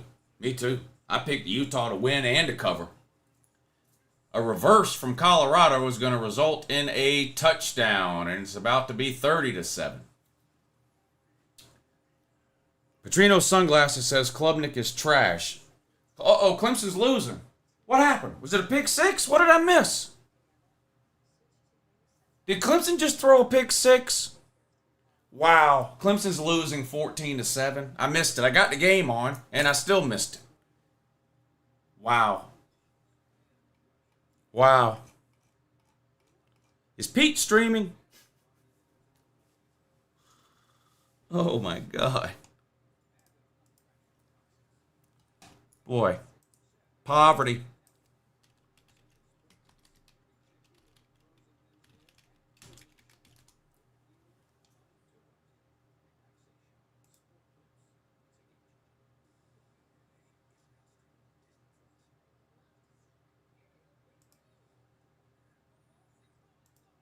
No, he's not streaming. Should we call him or?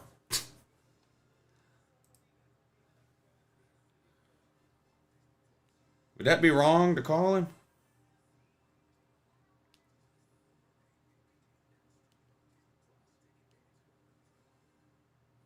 I'll just text him. I'm not going to call him. I'm not going to do that to him. I'm not going to do that to him.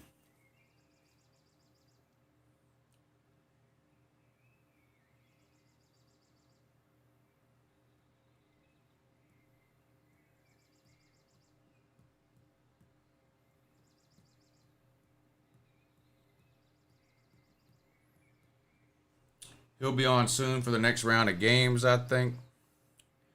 Colorado is legit. No. No, they're not. No, they're not.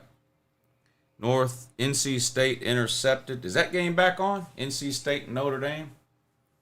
I guess I could turn the Georgia game off. I mean, this was pretty much over, right? I could turn the Georgia game off. I got the Colorado, Nebraska, Clemson, Charleston, Southern, and the damn Georgia game, which is a blowout. I guess I could turn the Georgia game off. I mean, that's basically over. Let's see. What game do y'all want me to put on? I got Colorado, Nebraska. I got Clemson, Charleston, Southern. What other game do y'all want me to put on? Lou, why are you hating as today? Colorado has a better resume than Georgia does this season. Resumes don't play or win games. There's not a soul alive that thinks Colorado is better than Georgia. I don't even think you think that.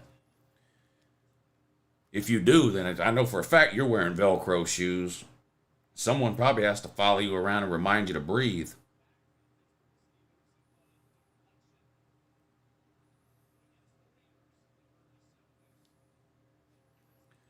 Taters losing to an Taters losing to an FCS team with more points than yards. That's embarrassing, ain't it? That is embarrassing. Do you have a... Jeff Sims needs to go back to Georgia Tech. All right, I'm all caught up. Good morning, Lou. Oh, by the way, Clemsoning is back. I'm pretty sure Clemson's going to come back and win this game, but still, this is not a good look initially coming off of that embarrassing loss to Duke. That's for sure. 1st and 10 for the Taters on the Charleston Southern 40. Klubnik throws complete behind the line of scrimmage out on the perimeter. Gets to the corner, picks up 7, maybe, well, I guess about 7 yards. Notre Dame versus NC State. Okay. I was hoping you'd say that. That's the one I wanted to watch, too. I guess we can turn the Colorado game off, too, if there's another one y'all want me to put on. It's 4th quarter. It would take Nebraska 6 months to score 30 points. There's no way Nebraska's coming back in that one. Good morning, Lou. Oh, by the way, Clemson is back. Okay, I read that. All caught up.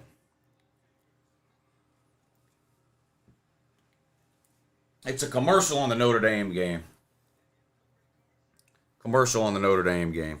Hey, Lou, who's the greatest QB of all time? And flip over Clemson helmet until they can win a game.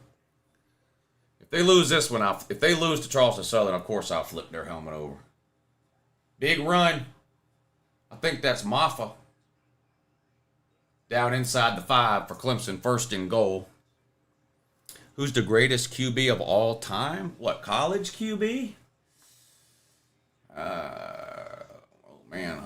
Tim Tebow is on the top of most of the like all-time greatest lists that you Google, but I don't know. I have no idea.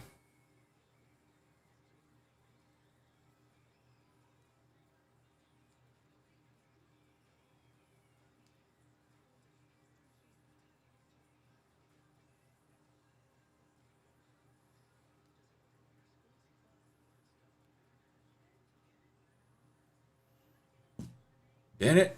No. Bennett, the greatest QB of all time? Come on. Come on. Stop trolling me. Shitter's full on that one, buddy. Shitter's full.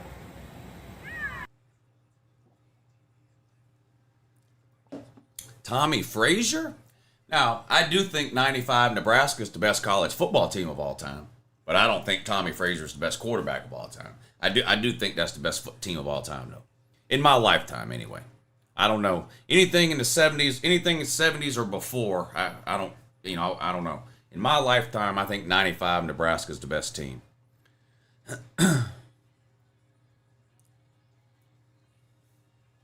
Colorado sucks. People need to stop. Oregon will beat them by 20 points minimum, says James Forkham.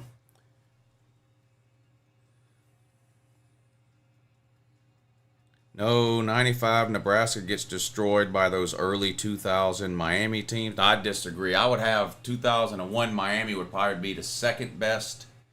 2019 LSU would probably be third. 2013 Florida State would be fourth.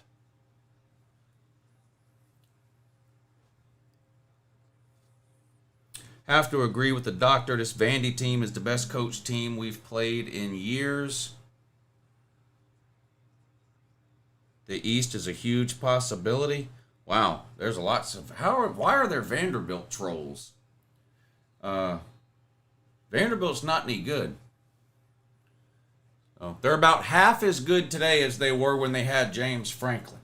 And they never came anywhere close to winning the East when they had James Franklin, and they're not coming anywhere close this year. So, yeah. It's just a fact.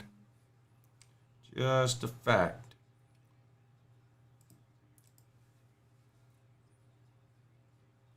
They are still losing to Wake Forest, though, so there is that. You do have that. You do have a loss to Wake Forest. At least you can look forward to that, you know.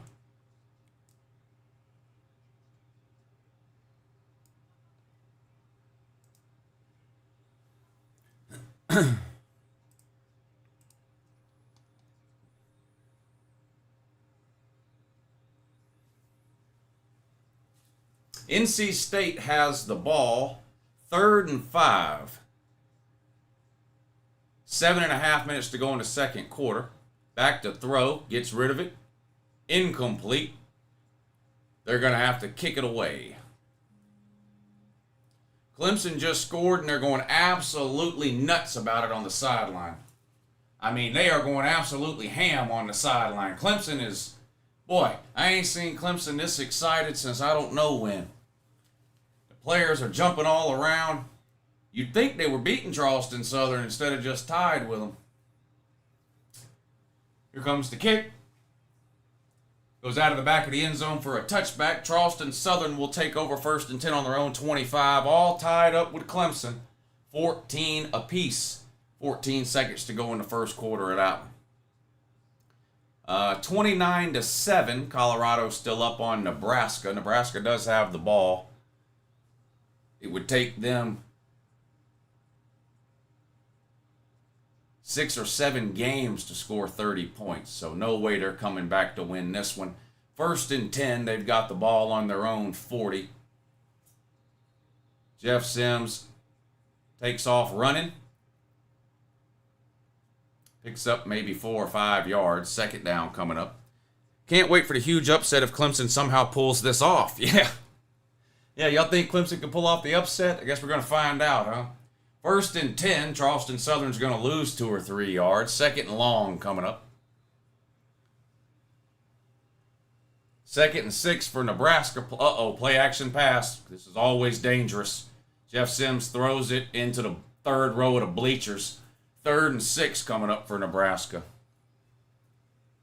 I hate to see anybody get injured. I mean that. But Jeff Sims is down on the play and is probably going to have to come out. And honestly, this is probably the best possible thing for Nebraska. I don't ever want to see anybody get injured, and I'm not glad he's injured. But if I'm a Nebraska fan, I am extremely happy that another quarterback is going to be playing, not named Jeff Sims. I wonder if Clemson will meet at the paw after losing to Charleston Southern. Win or lose, Clemson is rushing the field. You already know. Notre Dame keeps it on the ground on 1st down, picks up 7 yards, 2nd and 3, under 7 minutes to go until halftime. There was a long weather delay in this Notre Dame game, if you're wondering why it's only about halfway through the 2nd quarter. Lou, sorry about my Lou comment. I heart you. I heart you too. I heart you too. Can't wait for Pete and the Clemson fans to come up with positives if they lose to this team. 2nd and 3. False start on Notre Dame. It's going to back them up. It's going to make it 2nd and 8. Do you have Oregon covering, Lou? Yeah. At Texas Tech? Yeah. Yep. I took Oregon and laid the points.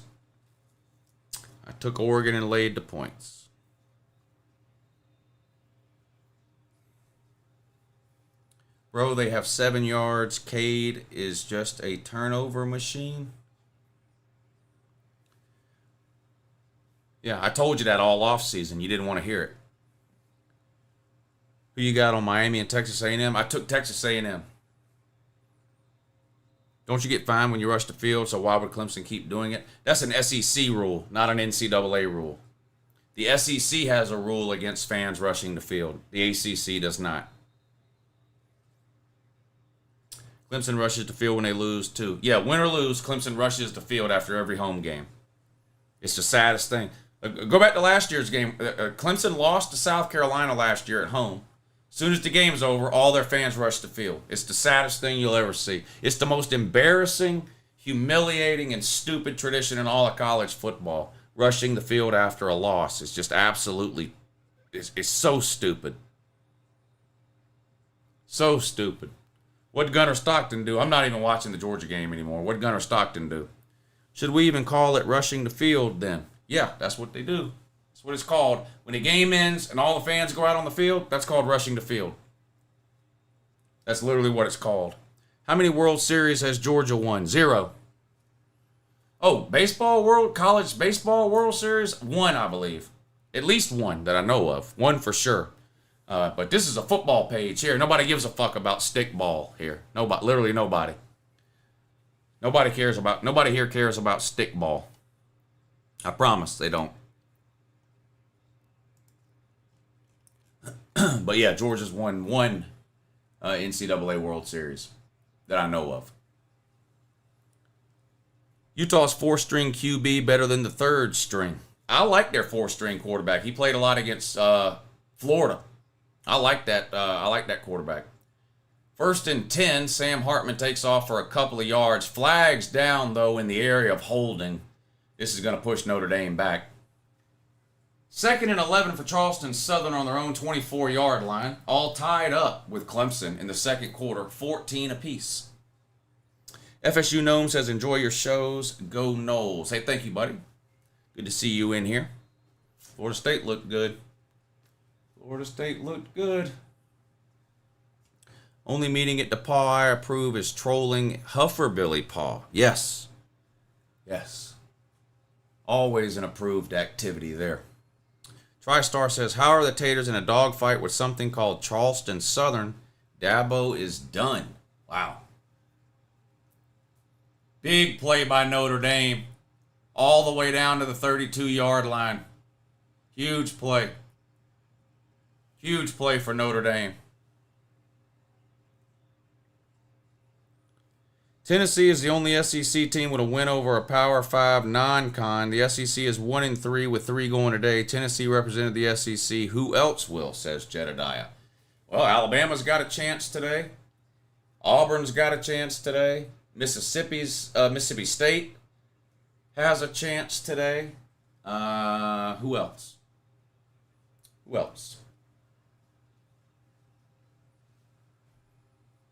First and 10. Notre Dame keeps it on the ground.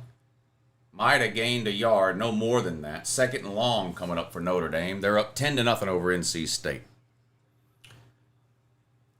Yeah, Auburn at Cal. You should switch to the Utah-Baylor game for the final couple of minutes. It could be a great ending. All right.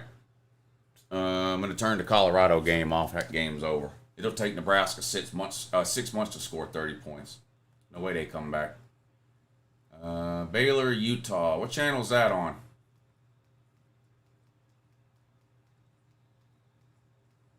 I see it. I got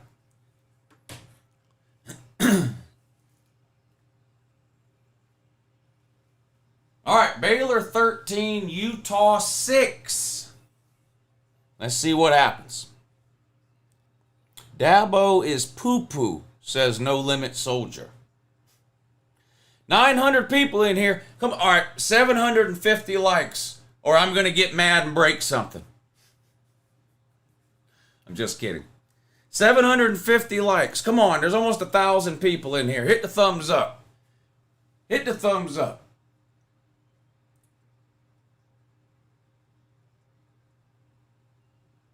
First and 10 for the Taters. All tied up with Charleston Southern. You heard me correctly. I didn't stutter.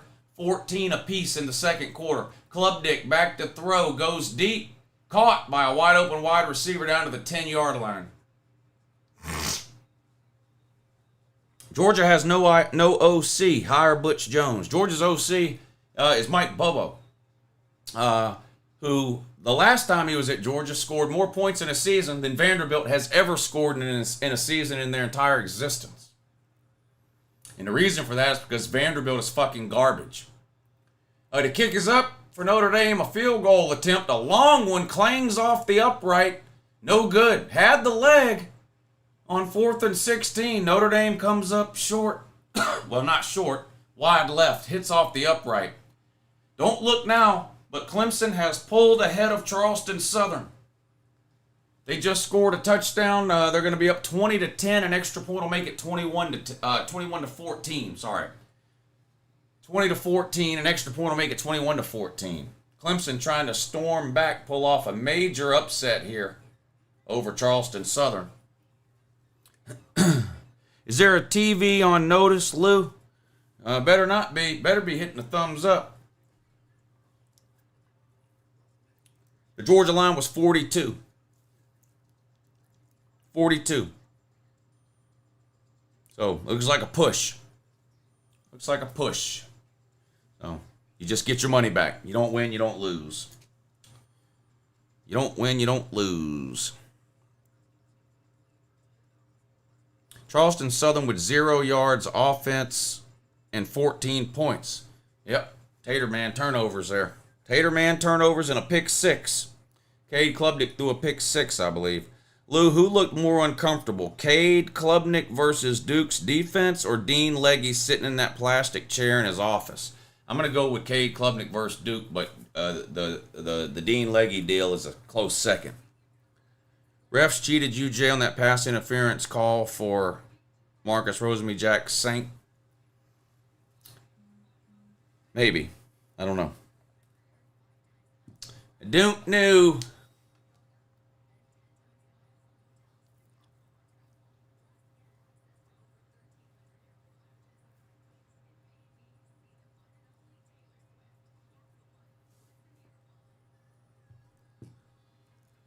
Pigskin Pete is live now. Texas State in the top 25. I don't know. I doubt it. I doubt it. What's your game day grub today, Lou? I had sandwiches for lunch. I don't know what I'm going to eat this afternoon. And then we're doing takeout from somewhere for dinner. But we hadn't figured out where yet. We're going to pick something up from somewhere. We're going to pick something up from somewhere. Here's Utah. Touchdown, Utah. Uh-oh. Uh-oh, Baylor, man.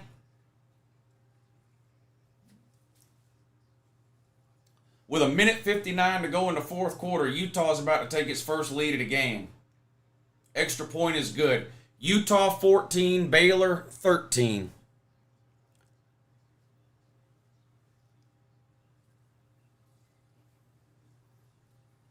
I guess we'll stream to the end of this Utah-Baylor game.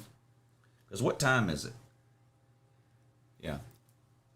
I'll stay on till the end of this Utah-Baylor game. Then I'm going to have to shut it down, take a break, go get me something to eat. I'll be back at 7 o'clock to stream the primetime games. He missed it? Did he miss the kick? I guess that's what I get for not paying attention. Did he really miss the kick? You're not making it up, are you? You're not making it up, are you? You wouldn't do that to me, would you? Of course you would. Of course you would.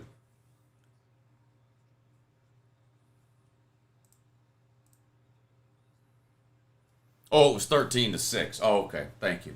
All right, all tied up then 13 apiece. But yeah, so we'll stream to the end of the Utah-Baylor game, and then I'm going to shut it down for a while. I'll be back at 7 o'clock to stream the primetime games, but that's going to be on the Patreon page. So all those of you who are members over on the Patreon page, you know how it works. Nice play by NC State. But about 6:45, 7 o'clock tonight, I'll post a link over on my Patreon page. Just click that link, and it'll take you to the primetime live stream tonight, which, of course, Texas and Alabama is the big one, but we'll have all the games on in here like we normally do. Where is it? Here's the link to the Patreon page for those of you that don't have it, if you want to check it out. But that's tonight at 7. We'll be live streaming on the Patreon page for all the primetime games. All right, we're not at 750 likes yet. I might just shut the stream down now. That might be what I do. I just shut the stream down now. People don't want to hit the thumbs up. It made me mad. I'm not going to talk to y'all. It made me mad. Nobody wants to hit the thumbs up. That pisses me off. I've been standing right here yelling and screaming for 4 goddamn hours at these games. Y'all subject me to this Clemson, this abomination that is the Clemson offense. Nobody wants to hit the thumbs up for Lou. Y'all troll me non-stop for 4 hours straight in the comment section. I sit here and take it. I read all the troll comments. I do the whole thing. I let y'all tell me how shitty Georgia is. Georgia's going 6-6. Vanderbilt's winning the East.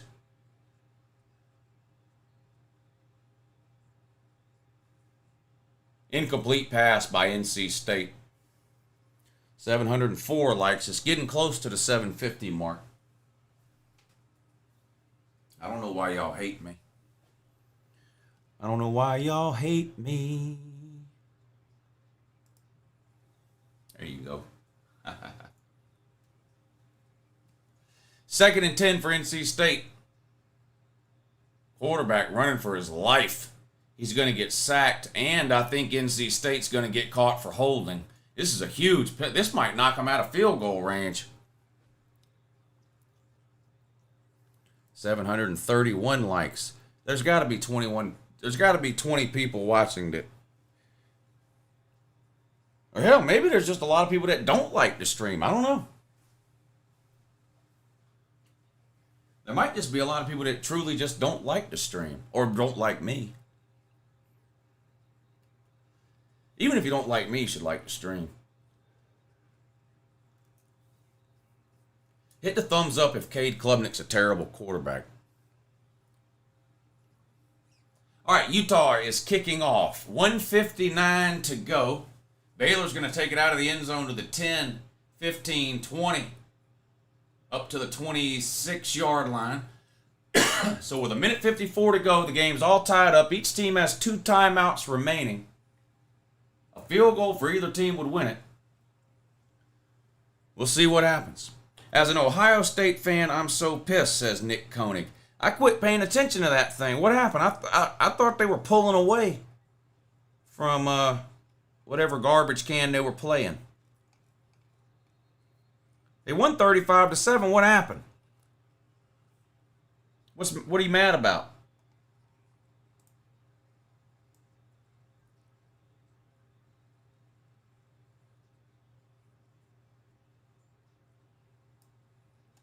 What are you mad about? What happened? They didn't play good or something? I need to see how the quarterbacks did for Ohio State. Not a very impressive performance, says Nick Koenig. How'd the quarterbacks do? Injuries will keep them from winning as much as they could this season. Who are you talking about? All right, y'all got me over 750 likes. Y'all are good people. Y'all are good people. Y'all are good people. Thank you. Second down coming up now for Baylor. All tied up 13 apiece, a minute 50 to go. Utah has come back to tie this thing up in the last couple of minutes of the game. Uncle Lou, how do you say DJU last name? Well, you can either, the short way, you can just call him the ukulele. But if you want to say it, the right way, like his actual name is DJ UncleLouHere. Like that.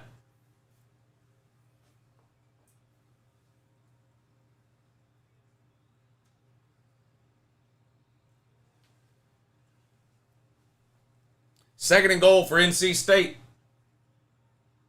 Fumbles. I think the quarterback jumped back on the ball, but that was one of those zone reads, and the handoff got all messed up. Quarterback fumbled the ball, but he fell on it. Third and goal now for NC State. Baylor going deep. Oh, just out of reach. Would have been a huge play.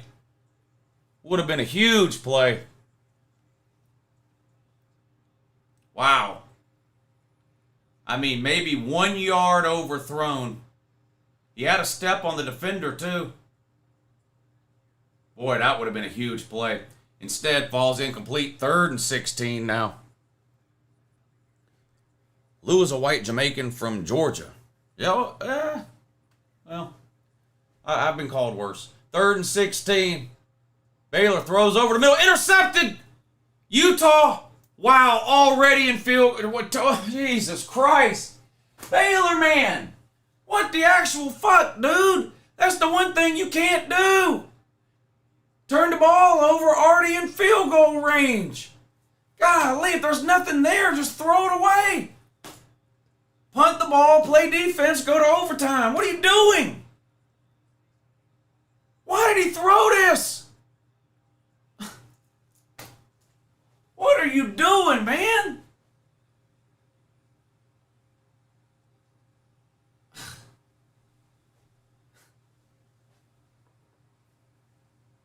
Utah's already in field goal range now. Minute and a half. All they got to do is drain the clock down and kick a field goal.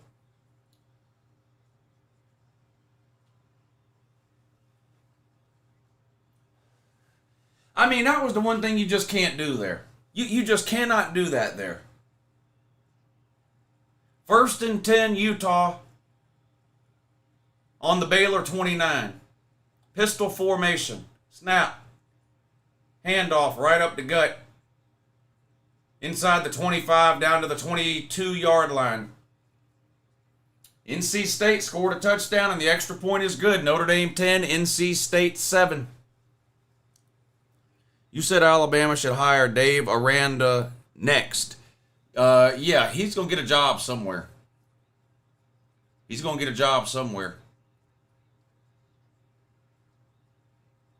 Not nearly as hot of a name now. Well, it depends when they fire Saban. If they'd have, it depends when they fire him. And people always say, like, who do you think's going to replace Saban? I mean, not fire him. It depends when Saban retires. The hot coaches change from year to year, so it depends when he retires. But I like Dave Aranda. He's more likely to get fired than get a better job. Who, Dave Aranda? No, I disagree. I disagree with that. Lou said it first, fire Saban. No, I didn't mean that. Saban's never getting fired. We all know that. I meant retired. It depends when Saban retires, when they ask who's going to be the next coach. Shit.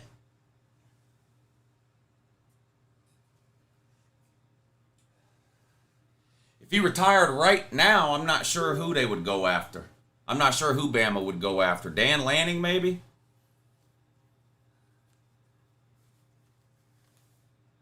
Lane Kiffin? I don't know. I don't know. I don't know who they'd go after. 2nd and 3. Utah's got the ball in their own 22, a minute 29 to go. Baylor's down to 1 timeout. Utah's going to keep it on the ground, no gain. Baylor, I'm sure, will use its last timeout now. I don't think any time ticked off the clock on that play.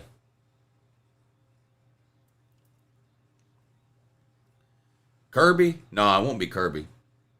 Obviously, they would take Kirby. Kirby's the best coach in football right now, but Kirby's not going to leave Georgia. Not for another college job.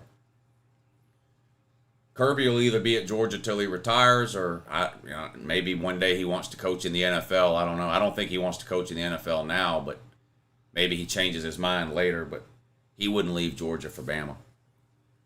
Alabama should hire Urban Meyer. That's a possibility. That's a possibility. Kirby to the Cowboys. I don't think Kirby has any interest in the NFL right now. That obviously could change down the road, but I don't think Kirby will ever coach anywhere in college other than Georgia.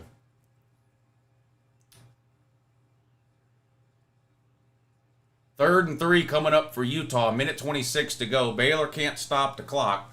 I'm sure this is going to be another running play. Then they'll run the clock down as far as they can before they kick the field goal.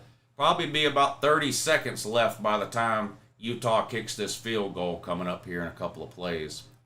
Uh-oh, wide open. That's going to be a Notre Dame touchdown. Can they catch him? Yeah, they're going to catch him down at the 13-yard line. Huge play there by Notre Dame. Utah scored a touchdown, but there's a flag down. What happened here? What is this now? The Cowboys would never hire Kirby. The Cowboys hire the best talent for players and the worst talent for coaches, says Brett Rocamore. Holding on Utah. Lincoln Riley plus Dan Lanning, dream team for Bama, says Wesley Hoke.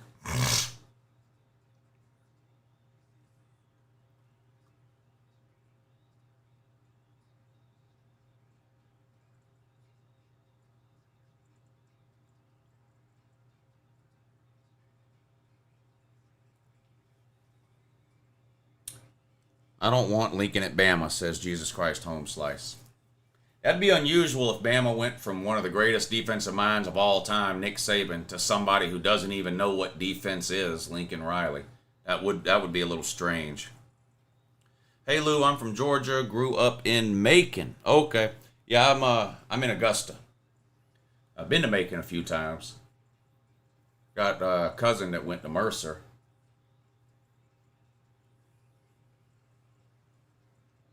Why is Utah's projected field goal line so close? I guess their field goal kicker's no good.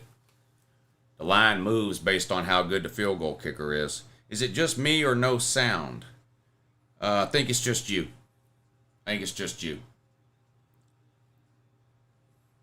First and 10 for Notre Dame after that big play. Sam Hartman looks into the end zone. Caught for a touchdown. Notre Dame's going to extend its lead. They're going to go back up by 10.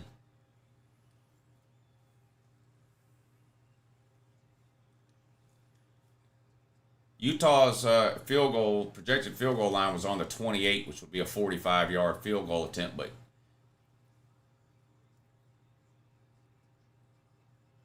I think they just scored a touchdown, didn't they?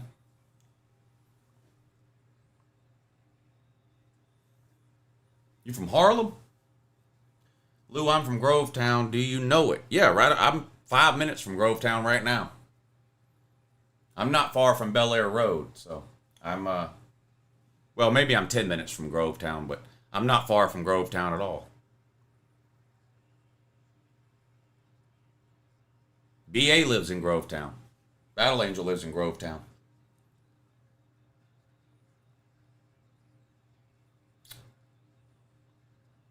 Gainesville, Georgia.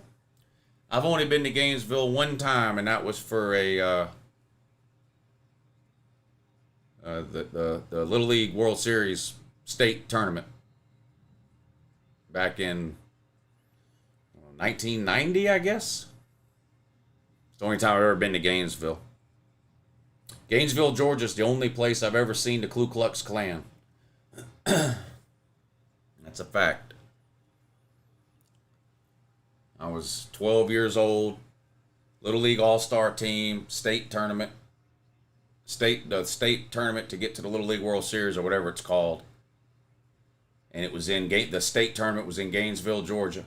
We were on the van on the way back from the game to the hotel, and the streets were closed off because the Ku Klux Klan was marching through the streets. I'm near North Augusta. A lot of UGA fans here. My brother lives in North Augusta. Uncle Lou, are we getting Tommy fries tonight? No Tommy fries today. We are ordering out from somewhere, but I'm not sure where yet. I've never eaten at the Culvers in Grovetown. Nope, never eaten there.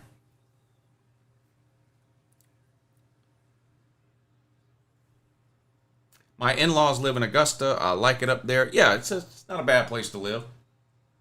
Augusta's not a bad place to live. Hey, I'm from North Augusta as well. Yeah, not far, right across the river. Right across the river.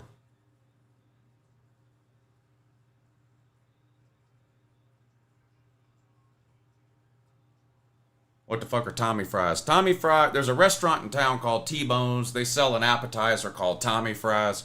Tommy fries is potato wedges, chunks of potato wedges fried, covered with 3 different kinds of cheese, bacon, and ranch dressing.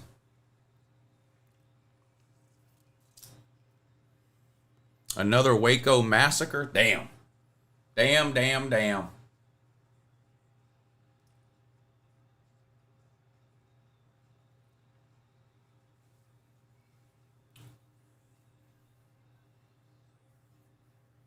Baylor man says, I'm going to drink poison. Brutal way to lose here, Baylor man. Extra point is good. Utah's up 7. There's only 17 seconds to go, and Baylor's got no timeouts. Ole Miss and Tulane starting.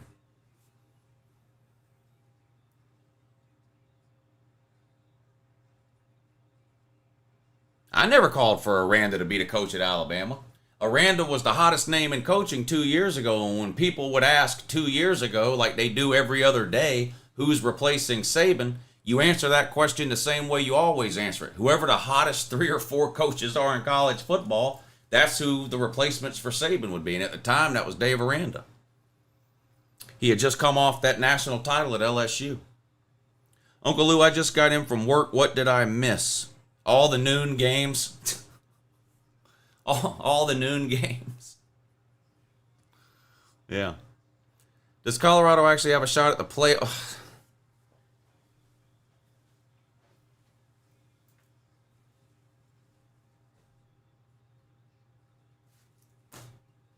Does Colorado actually have a shot at the playoffs? No!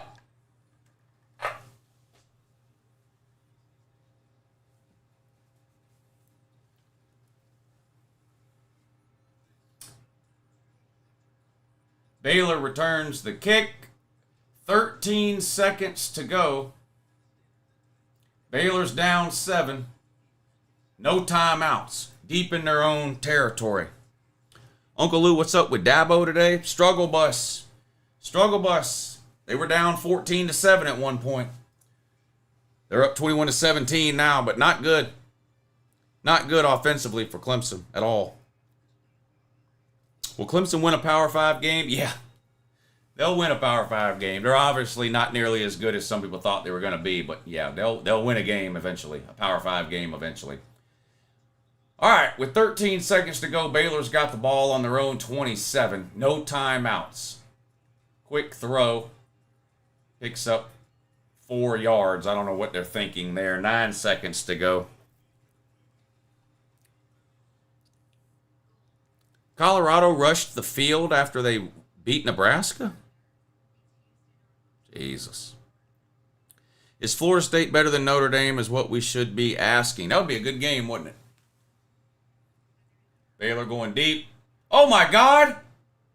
Holy shit, there's going to be 1 second left. How do you let a receiver behind you? Baylor just hit like a 50-yard bomb down the left sideline. and it shows 0 time on the clock. I think they're going to put a second back on. But as the Utah defense, how the fuck do you let a wide receiver get behind you? What are you doing, son?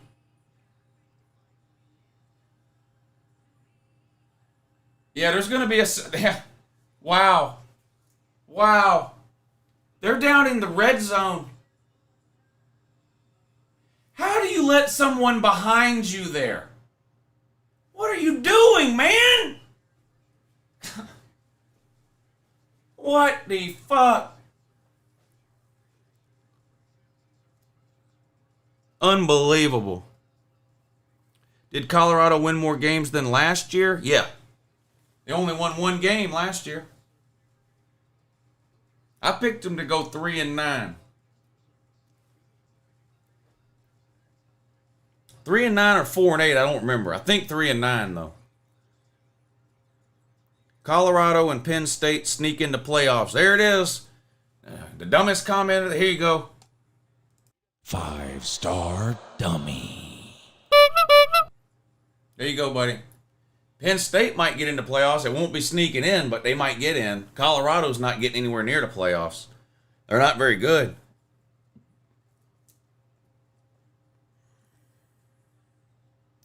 Can't wait for Longhorn Network to die, says Nash Talks Texas. There's definitely going to be a second left on this clock.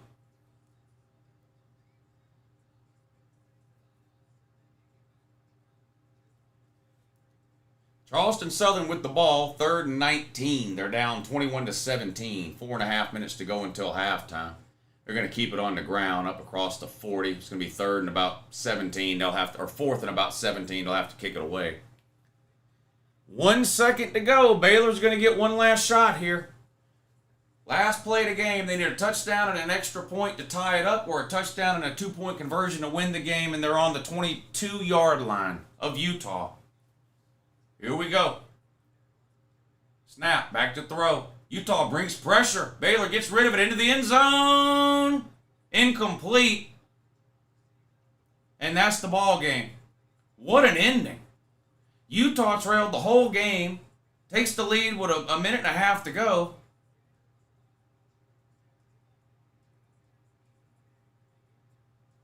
Or with 30 seconds to go. Baylor gets the ball back with no timeouts. Completes a miracle 50-yarder.